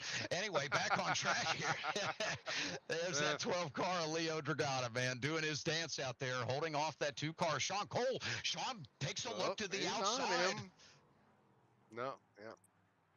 12 car locks up those front wheels. Unfortunately, I got into, when I first started playing with the sim, I mean, hell, Kelly hooked me up with Elvis. God, possibly before I was even really hooked up with Frank. Yeah, or right about just the before, same time. I think, yeah. I mean, and so I learned to be very humble early in my iRacing career because I basically started with this little bitch kicking my ass at like 12 years old. It's just the way it was. I didn't know there was any difference. Yep. You shared all your knowledge with him, and what did he do with it? He just went out there and splattered you all over the track. That's one of those. It's the best reward for you as a student. But boy, you better not think too long and hard about what happened. Just move on to the next student, right? Sometimes. I mean, he was very quick, but by the same token, you know, old salty dogs know things for a reason. We've got a little experience. Never give away all your secrets. That's right. When I was getting him ready for Gaten, you know, he hadn't driven a Legends and making him use a regular shifter. Mm-hmm. Well, all of a sudden, the old man wasn't so slow, and that was a little bit harder. So. Oh yeah, yep. So a little bit of an eye opener for the youngster. Good. Yep. No, it was and it was good. That's really what taught me how useful this stuff was. I mean, it was all fun, but when I had to get serious about getting Elvis to a real car, yep, and teach him how to shift, because that was going to be an expensive mistake if he didn't get it right. So here's a great evidence of what this tool can provide. You know, this became a big part of your education for him, did it not? I think so. Oh, ho, ho, ho. We see Shaun out there doing a little sunbathing. Yep, looking for an umbrella underneath the sandy beach over there. Shaun, that it's was this good. way. You're lucky no one It's this way, buddy. That's unfortunate, but I'll tell you what, you're holding on to third nice and solid there. And look at this, guys. Look at this. You got no one on your back, Shaun. I'm going to say this. The younger brother of Leo Dragata is sitting P5 right now. Just saying. Lucas? Yep. Is that who? And how old is this kid? We'll just 11. say young. Very young. About the age when Elvis started. Yep. Yeah. Yeah, no, I think that, I mean, working with Elvis was good. Of course, I got hooked up with him because I needed an assistant in Mhm. my classes with the other kids. Right. And Elvis was good at, knowing the sim stuff and basically all this, you know, Yep. clearing black flags and whatnot, all that stuff. So, Yep. and I think he learned a lot being my assistant through that. Yes, absolutely. Do you know what I'm saying? Yeah, you bet. You So, bet. I mean, well, he was in a learning environment Yeah. more so than just one-on-one. So he was, Correct. he was picking up, information and bits and pieces of data that he could apply to his driving style across all of your students, Yeah. hearing how you're applying different information in different ways. I mean, it was really, that was very advantageous for him at that time. Yeah, well, and I think a lot of it, I mean, personally, I do think a lot of his racecraft came from me helping him through that. I mean, Sure. even when I started just, coaching him with the extreme, his mistakes and stuff, we didn't play that. I Right. straightened that out with him real quick. No, Yep. Yep. and so I he was remember good, when he first, but yeah, right. Yep. He had the presence. He had the wherewithal to be out there. Yeah. You brought him in at the point that he, you felt confident that he could get out there and prove his skills as they were at Right. that time. And it wasn't first season was a little bit of a learning curve. Yeah. Certainly We made some certainly under the racecraft side of things. Yes. Yeah. Yeah, no, he And was super fast, which even made it harder because most people develop their speed as they develop their racecraft. Elvis was almost so fast that he was thrust to the front of the field where there with was no no experience. room for racecraft mistakes, especially with the caliber of drivers that were in that freaking group. My God. Yeah, they So, were. We had a pretty good batch at the time. oh Yeah. yeah, and we luckily for still him, do. you Yeah, had a lot of fortunately. guys that were understanding of his situation too, because Yep. Yep. And we're willing to they were work with very them. kind with him because Yep. yeah. But It's I look been back at it, and it's also I developed a lot of Kelly's curriculum was developed by me, and I Yep. did that trying to figure out how to teach Elvis. Right. Right. It all really was a part of that initial cycle. Yeah. It was really the birth of a lot of that sim training, Mhm. not just through Kelly, but other organizations. Mhm. It was really becoming a thing, and Yeah. then COVID hit, and Yeah. and that just completely changed the Launched us. Yeah. landscape. Yep. Right. Yep. But even hearing Al talk so much about, because Kelly was his coach, it's like, okay, basically, I'm hearing all the stuff you're telling me about this sim training, and yeah, I'm the one that developed that, so I got it. And it had now made it through 2 or 3 different coaching Yep. places. Yes. It's good. Yep. It's Yeah, but it's been no a longer a wonderful game. trip. It's actually Yeah, yeah. okay. If anybody is in the Indianapolis area and has a chance to check out uh, Kelly's place up there, Race That's one, pretty race nice. Race one. One, Racecraft one. Racecraft One. Yeah. I was trying to think of where they were located. My mind went Kind blank of for a just second. south of They're downtown. just south of Are downtown. they still I in couldn't that remember. Yep. car Yeah. collective or Mhm. car? Yep. I believe, yeah. I've been there. Yep, there's a car club there just south of downtown. Yeah, it's a neat place, isn't it, Shaun? Yeah, it is. Yeah, they bring the simulators in for the car groups there, and of course they are all Ricmotech Whoa. machines, all Ricmotech Oh, that machines. was And I want Lucas. you to look at this screen, Robby. The 12 car is now 0.6 seconds back. At one point, Leo had dropped to 2.2 seconds in the gap, and he has reeled him Okay. in. Yeah. This is impressive. Shaun, your back end's going away, isn't it? I'm really overdriving. I just ran a 1:18.47. Okay, nice. Yes, you did. Oh, A 1:18.474. You're pacing the leaders. You are now pacing the leaders in that 2-car.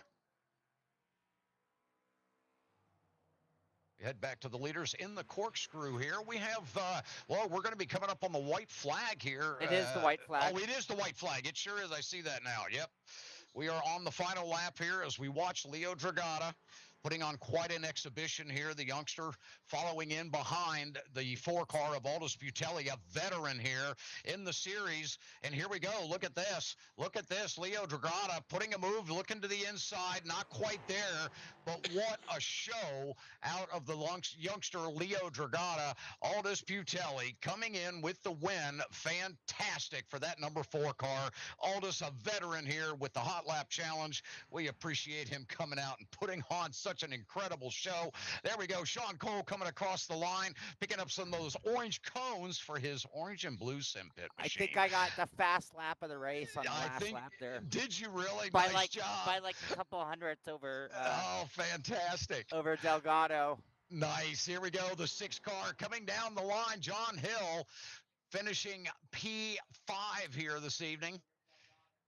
Great to see John out here with us tonight. We take a step back here. We'll see the 14 car of Lucas Dragata, the other youngster in our event here tonight, the younger brother of Leo Dragata. Boy, just in his footsteps of older brother Leo Dragata, Lucas putting on a little show here, doing a little pirouette at the end of the race. We'll step back and pick up the next driver coming across. That's the 17 of Andy Spicer. Great to have Andy out tonight. All right, drivers, what a race here tonight. We do appreciate all of you coming out as Aldous Butelli doing what he does best, and that's finding himself up there at the leaderboard. He's going to win himself another Ricmotech t-shirt, and I will have to check with Frank, but I believe Aldous may have won one of our events already. Is that correct? Yes, in fact, he says Frank owes him 2 shirts exactly. now. So what that means, folks, that means that Leo Dragata is the driver that has punched his ticket for the August edition of the Hotlap Humpday Challenge. Big round of applause for this youngster putting on an unbelievable textbook drive here this evening at Laguna Seca, putting on a show, finishing less than a half a second back from our winner. Leo, you're going to find yourself in that championship on December 21st this year. You are one of the 12 drivers now entered in to win $500 in sim racing gear. I have an idea for you, buddy. Jump on Ricmotech.com. You can start spending that money right now, figuring out exactly what you want and get your mindset ready for that victory there going into December. Great job out there, Leo. Shaun Cole coming in 3rd place. We do want to thank Shaun while I have him. Great job tonight, Shaun. Great broadcast. Great information. We had an unbelievable conversation, guys. If you get a minute to step back and check out the YouTube broadcast, it was really amazing. We do appreciate all of you coming out here tonight. I want to run down the list of finishers here. John Hill coming in 4th tonight behind Shaun Cole in that number 6. The 14 of Lucas Dragata, the youngster, younger brother, actually, of Leo Dragata, picking up 5th place tonight. Top 5 for both of those Dragata brothers. Andy Spicer in that number 17 taking up P6 here this evening. P7 is going to go to the number 16 of Roger Clark. Great to see Roger out here with us tonight. Brett Pancari started off with a great run here this evening, finding a little trouble there in the infield of the road course tonight, and unfortunate for him, finds himself back in P8. Joe Antonio having a good solid run, picking up P9, and then rounding out our top 10, the driver that was a little surprised that these cars handled the way they did. Chris Schulte's coming out. Chris is just a very talented driver. I'm sure he was hoping to find his way up the leaderboard there, but great to see that number 19 out here with us tonight. And of course, Zachary Buchanan, my gosh, you can't say enough about the talent from that number 40. Zachary putting on quite a show himself here tonight. Exhibition drive, really putting a lot of pressure on our leader early on in the event here this evening, but finding himself down P11. P12 is going to go to Robby Unser. Wouter Van Morik finishing P13. Pat Iannucci. I don't know that Pat actually took the start here tonight, but we do appreciate all the rest of those drivers coming out here this evening. Big thanks to Frank at Ricmotech and all the staff there at Ricmotech.com. We really appreciate everything you guys do, putting on this event the third Wednesday of every month. It's just a great opportunity for drivers to come out and do something that they do different, which is hot lapping, not getting ready for a race and running laps and getting the car set up and prepared for all that. You actually get to come out here and just have a blast. Try to get that best time on the leaderboard, something we've all done in sim racing forever. This is an opportunity to get out and have a blast with your buddies. We do appreciate everybody that comes out each and every month for that event. Big thanks to Shaun. Appreciate you, buddy. Thanks for the great broadcast tonight. Thanks, Frank, for all the information you brought forth, and appreciate everybody being here. Thanks again, guys. Thank you very much, Kevin Ford. Great job on the mic. Great. It's such a pleasure and such an honor to have you on the show doing the Hotlap Humpday and getting to hear your call on the action.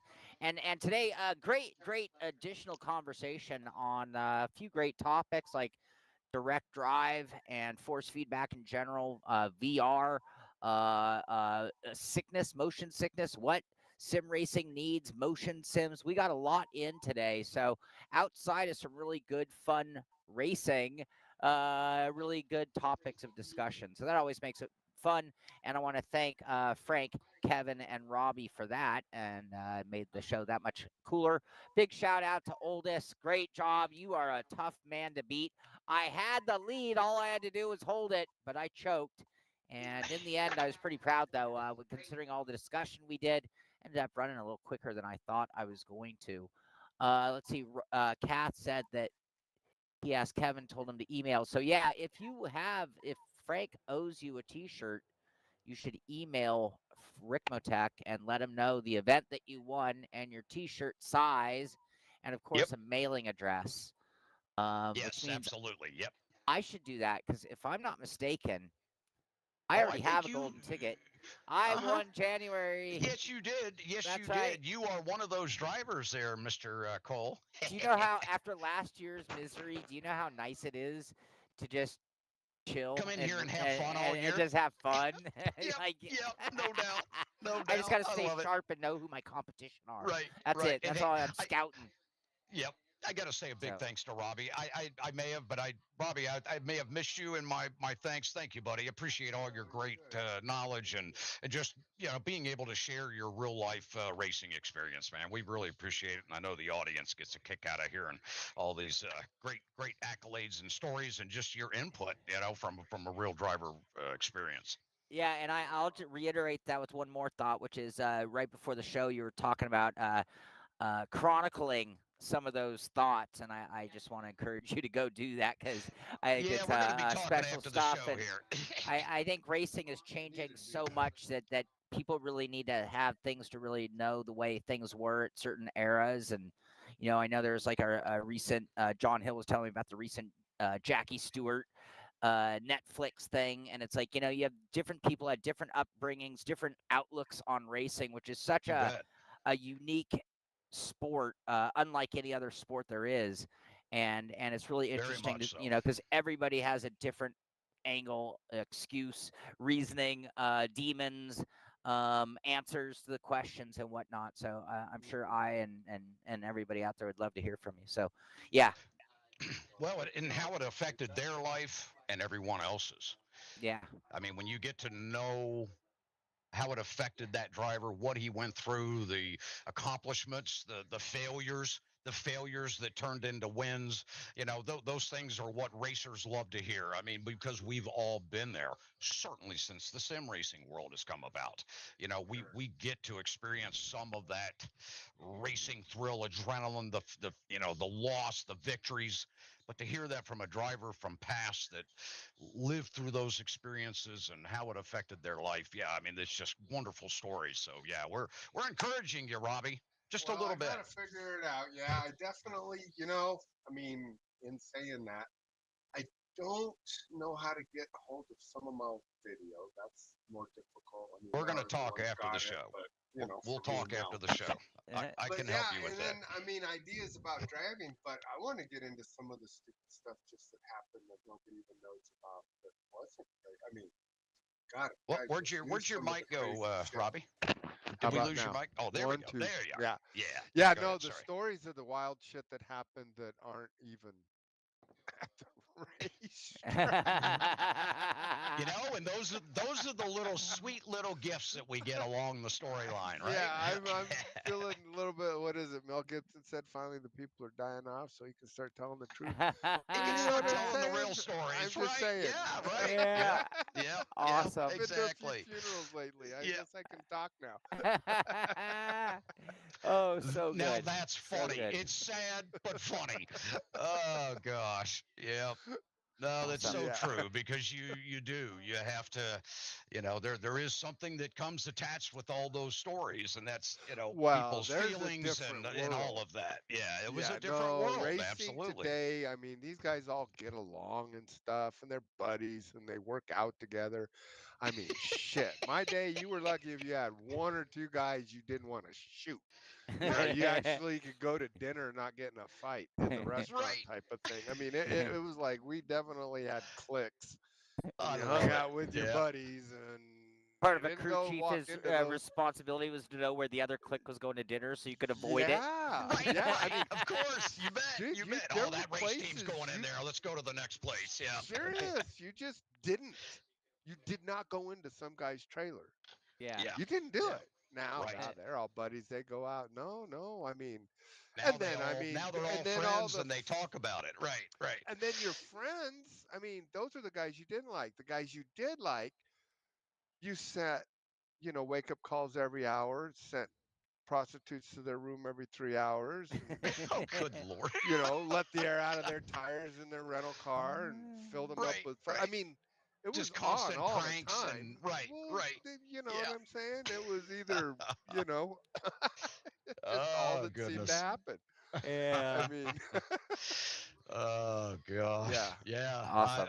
The stories have got to be just yeah. We're gonna Well, talk. I do got to figure out someone to help me do this before. Like I said, I'm gonna get to a point someday where I'm just, staring blank, going, "Oh, I don't frickin' remember. I don't know. Yep.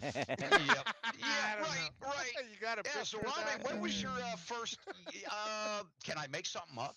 Yeah, no. Well, that's what they're gonna Yeah. do. They're gonna start making shit up. I mean, Yeah. Yeah. unfortunately. Right. Yeah. Good You stuff. know what I Well, mean? You Shaun, go to museums, you got a car. What's the story with the car? You know what I mean? Like, Yeah, if you go to a right, right. museum, you see what You want to see the story, right?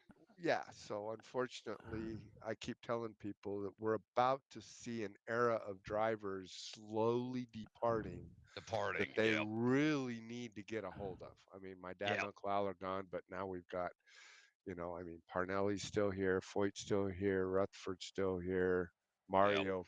Those guys are soon going to go, and there will never be another era of racing like what Like them did. that. Right. Yeah. Period. Yeah. It just isn't. I mean, these guys No. can say what and they're good. They're good drivers now. They're very talented. I'm not saying that, No, it's but not about it that. is Right. not the same. The environment is much different now than it was. Yeah.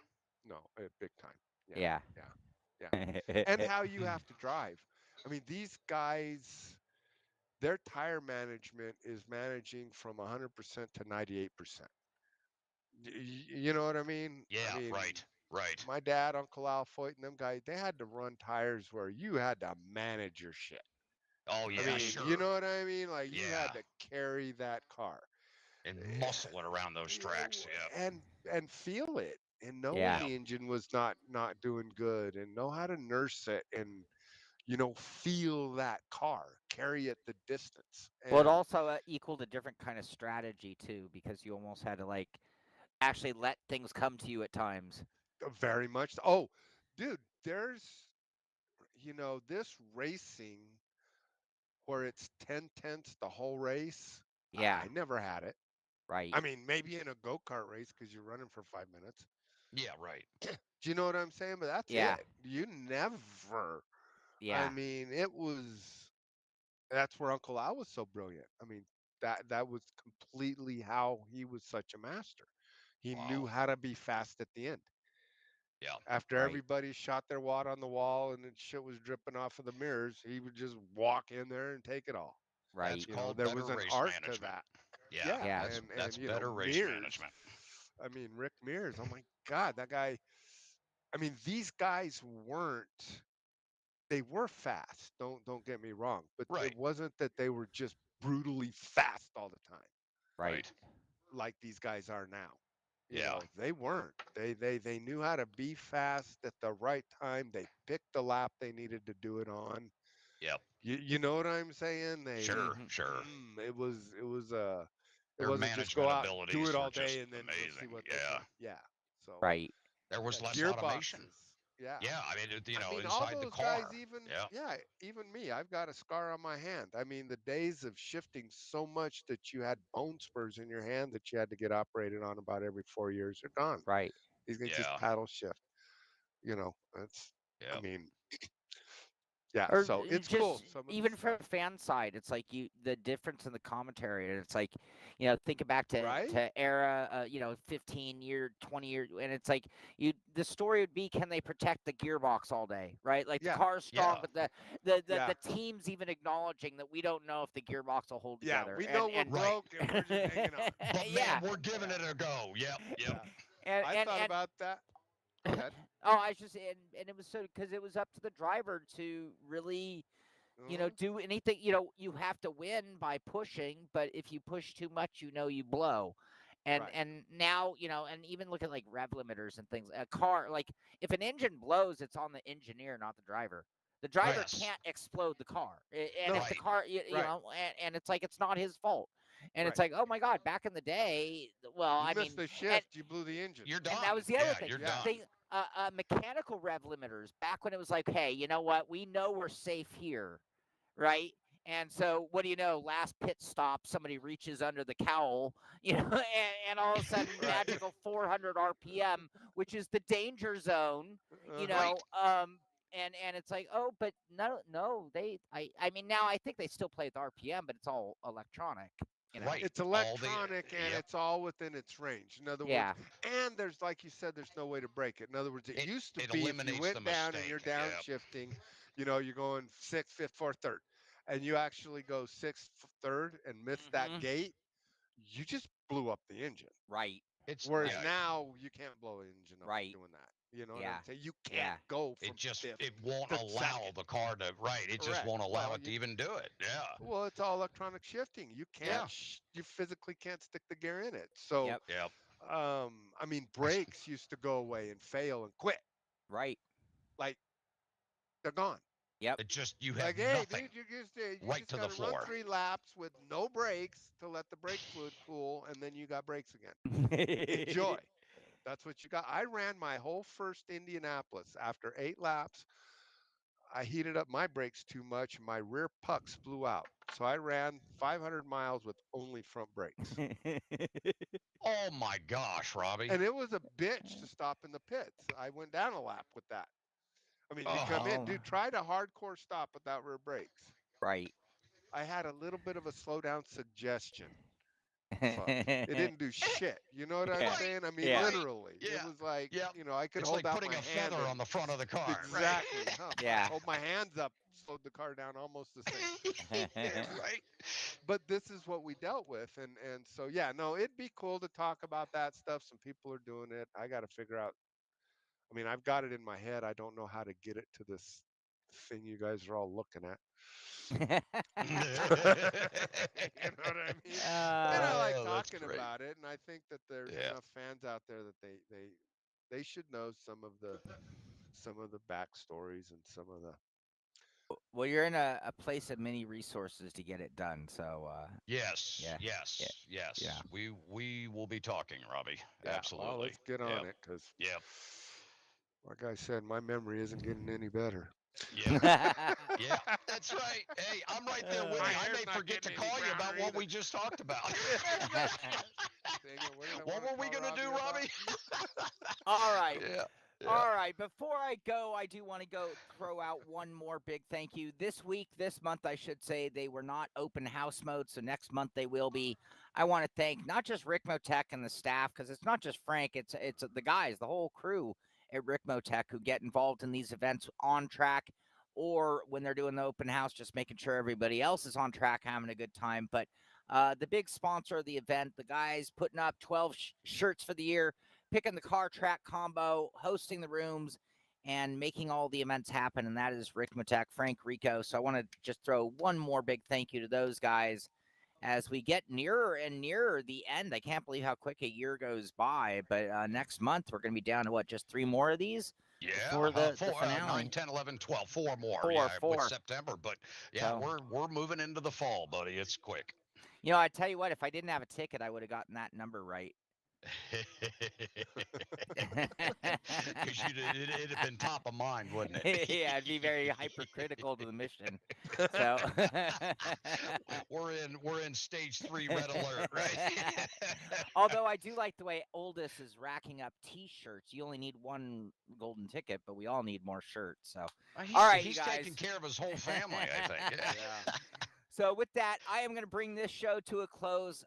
If you were part of it, whether you're on track or just out watching the stream, part of the conversation in any way, shape, or form, thank you so much for being here. Third Wednesday of next month will be the next edition of Hotlap Humpday. It starts at 3 o'clock my time. That's Pacific Coast. 6 o'clock on the East Coast. Europe, you're going to have to figure it out by by American time there. But that is when we'll be doing the next one. No idea. I'm looking at the wrong camera. No idea what the car is. No idea what the track is. We will not know until we go live at 3 o'clock. Hopefully, I'll see you there. That's going to do it for this one. Thank you to everyone who took part. This is Simpit. I'm Shaun Cole, and I'll see you on the track.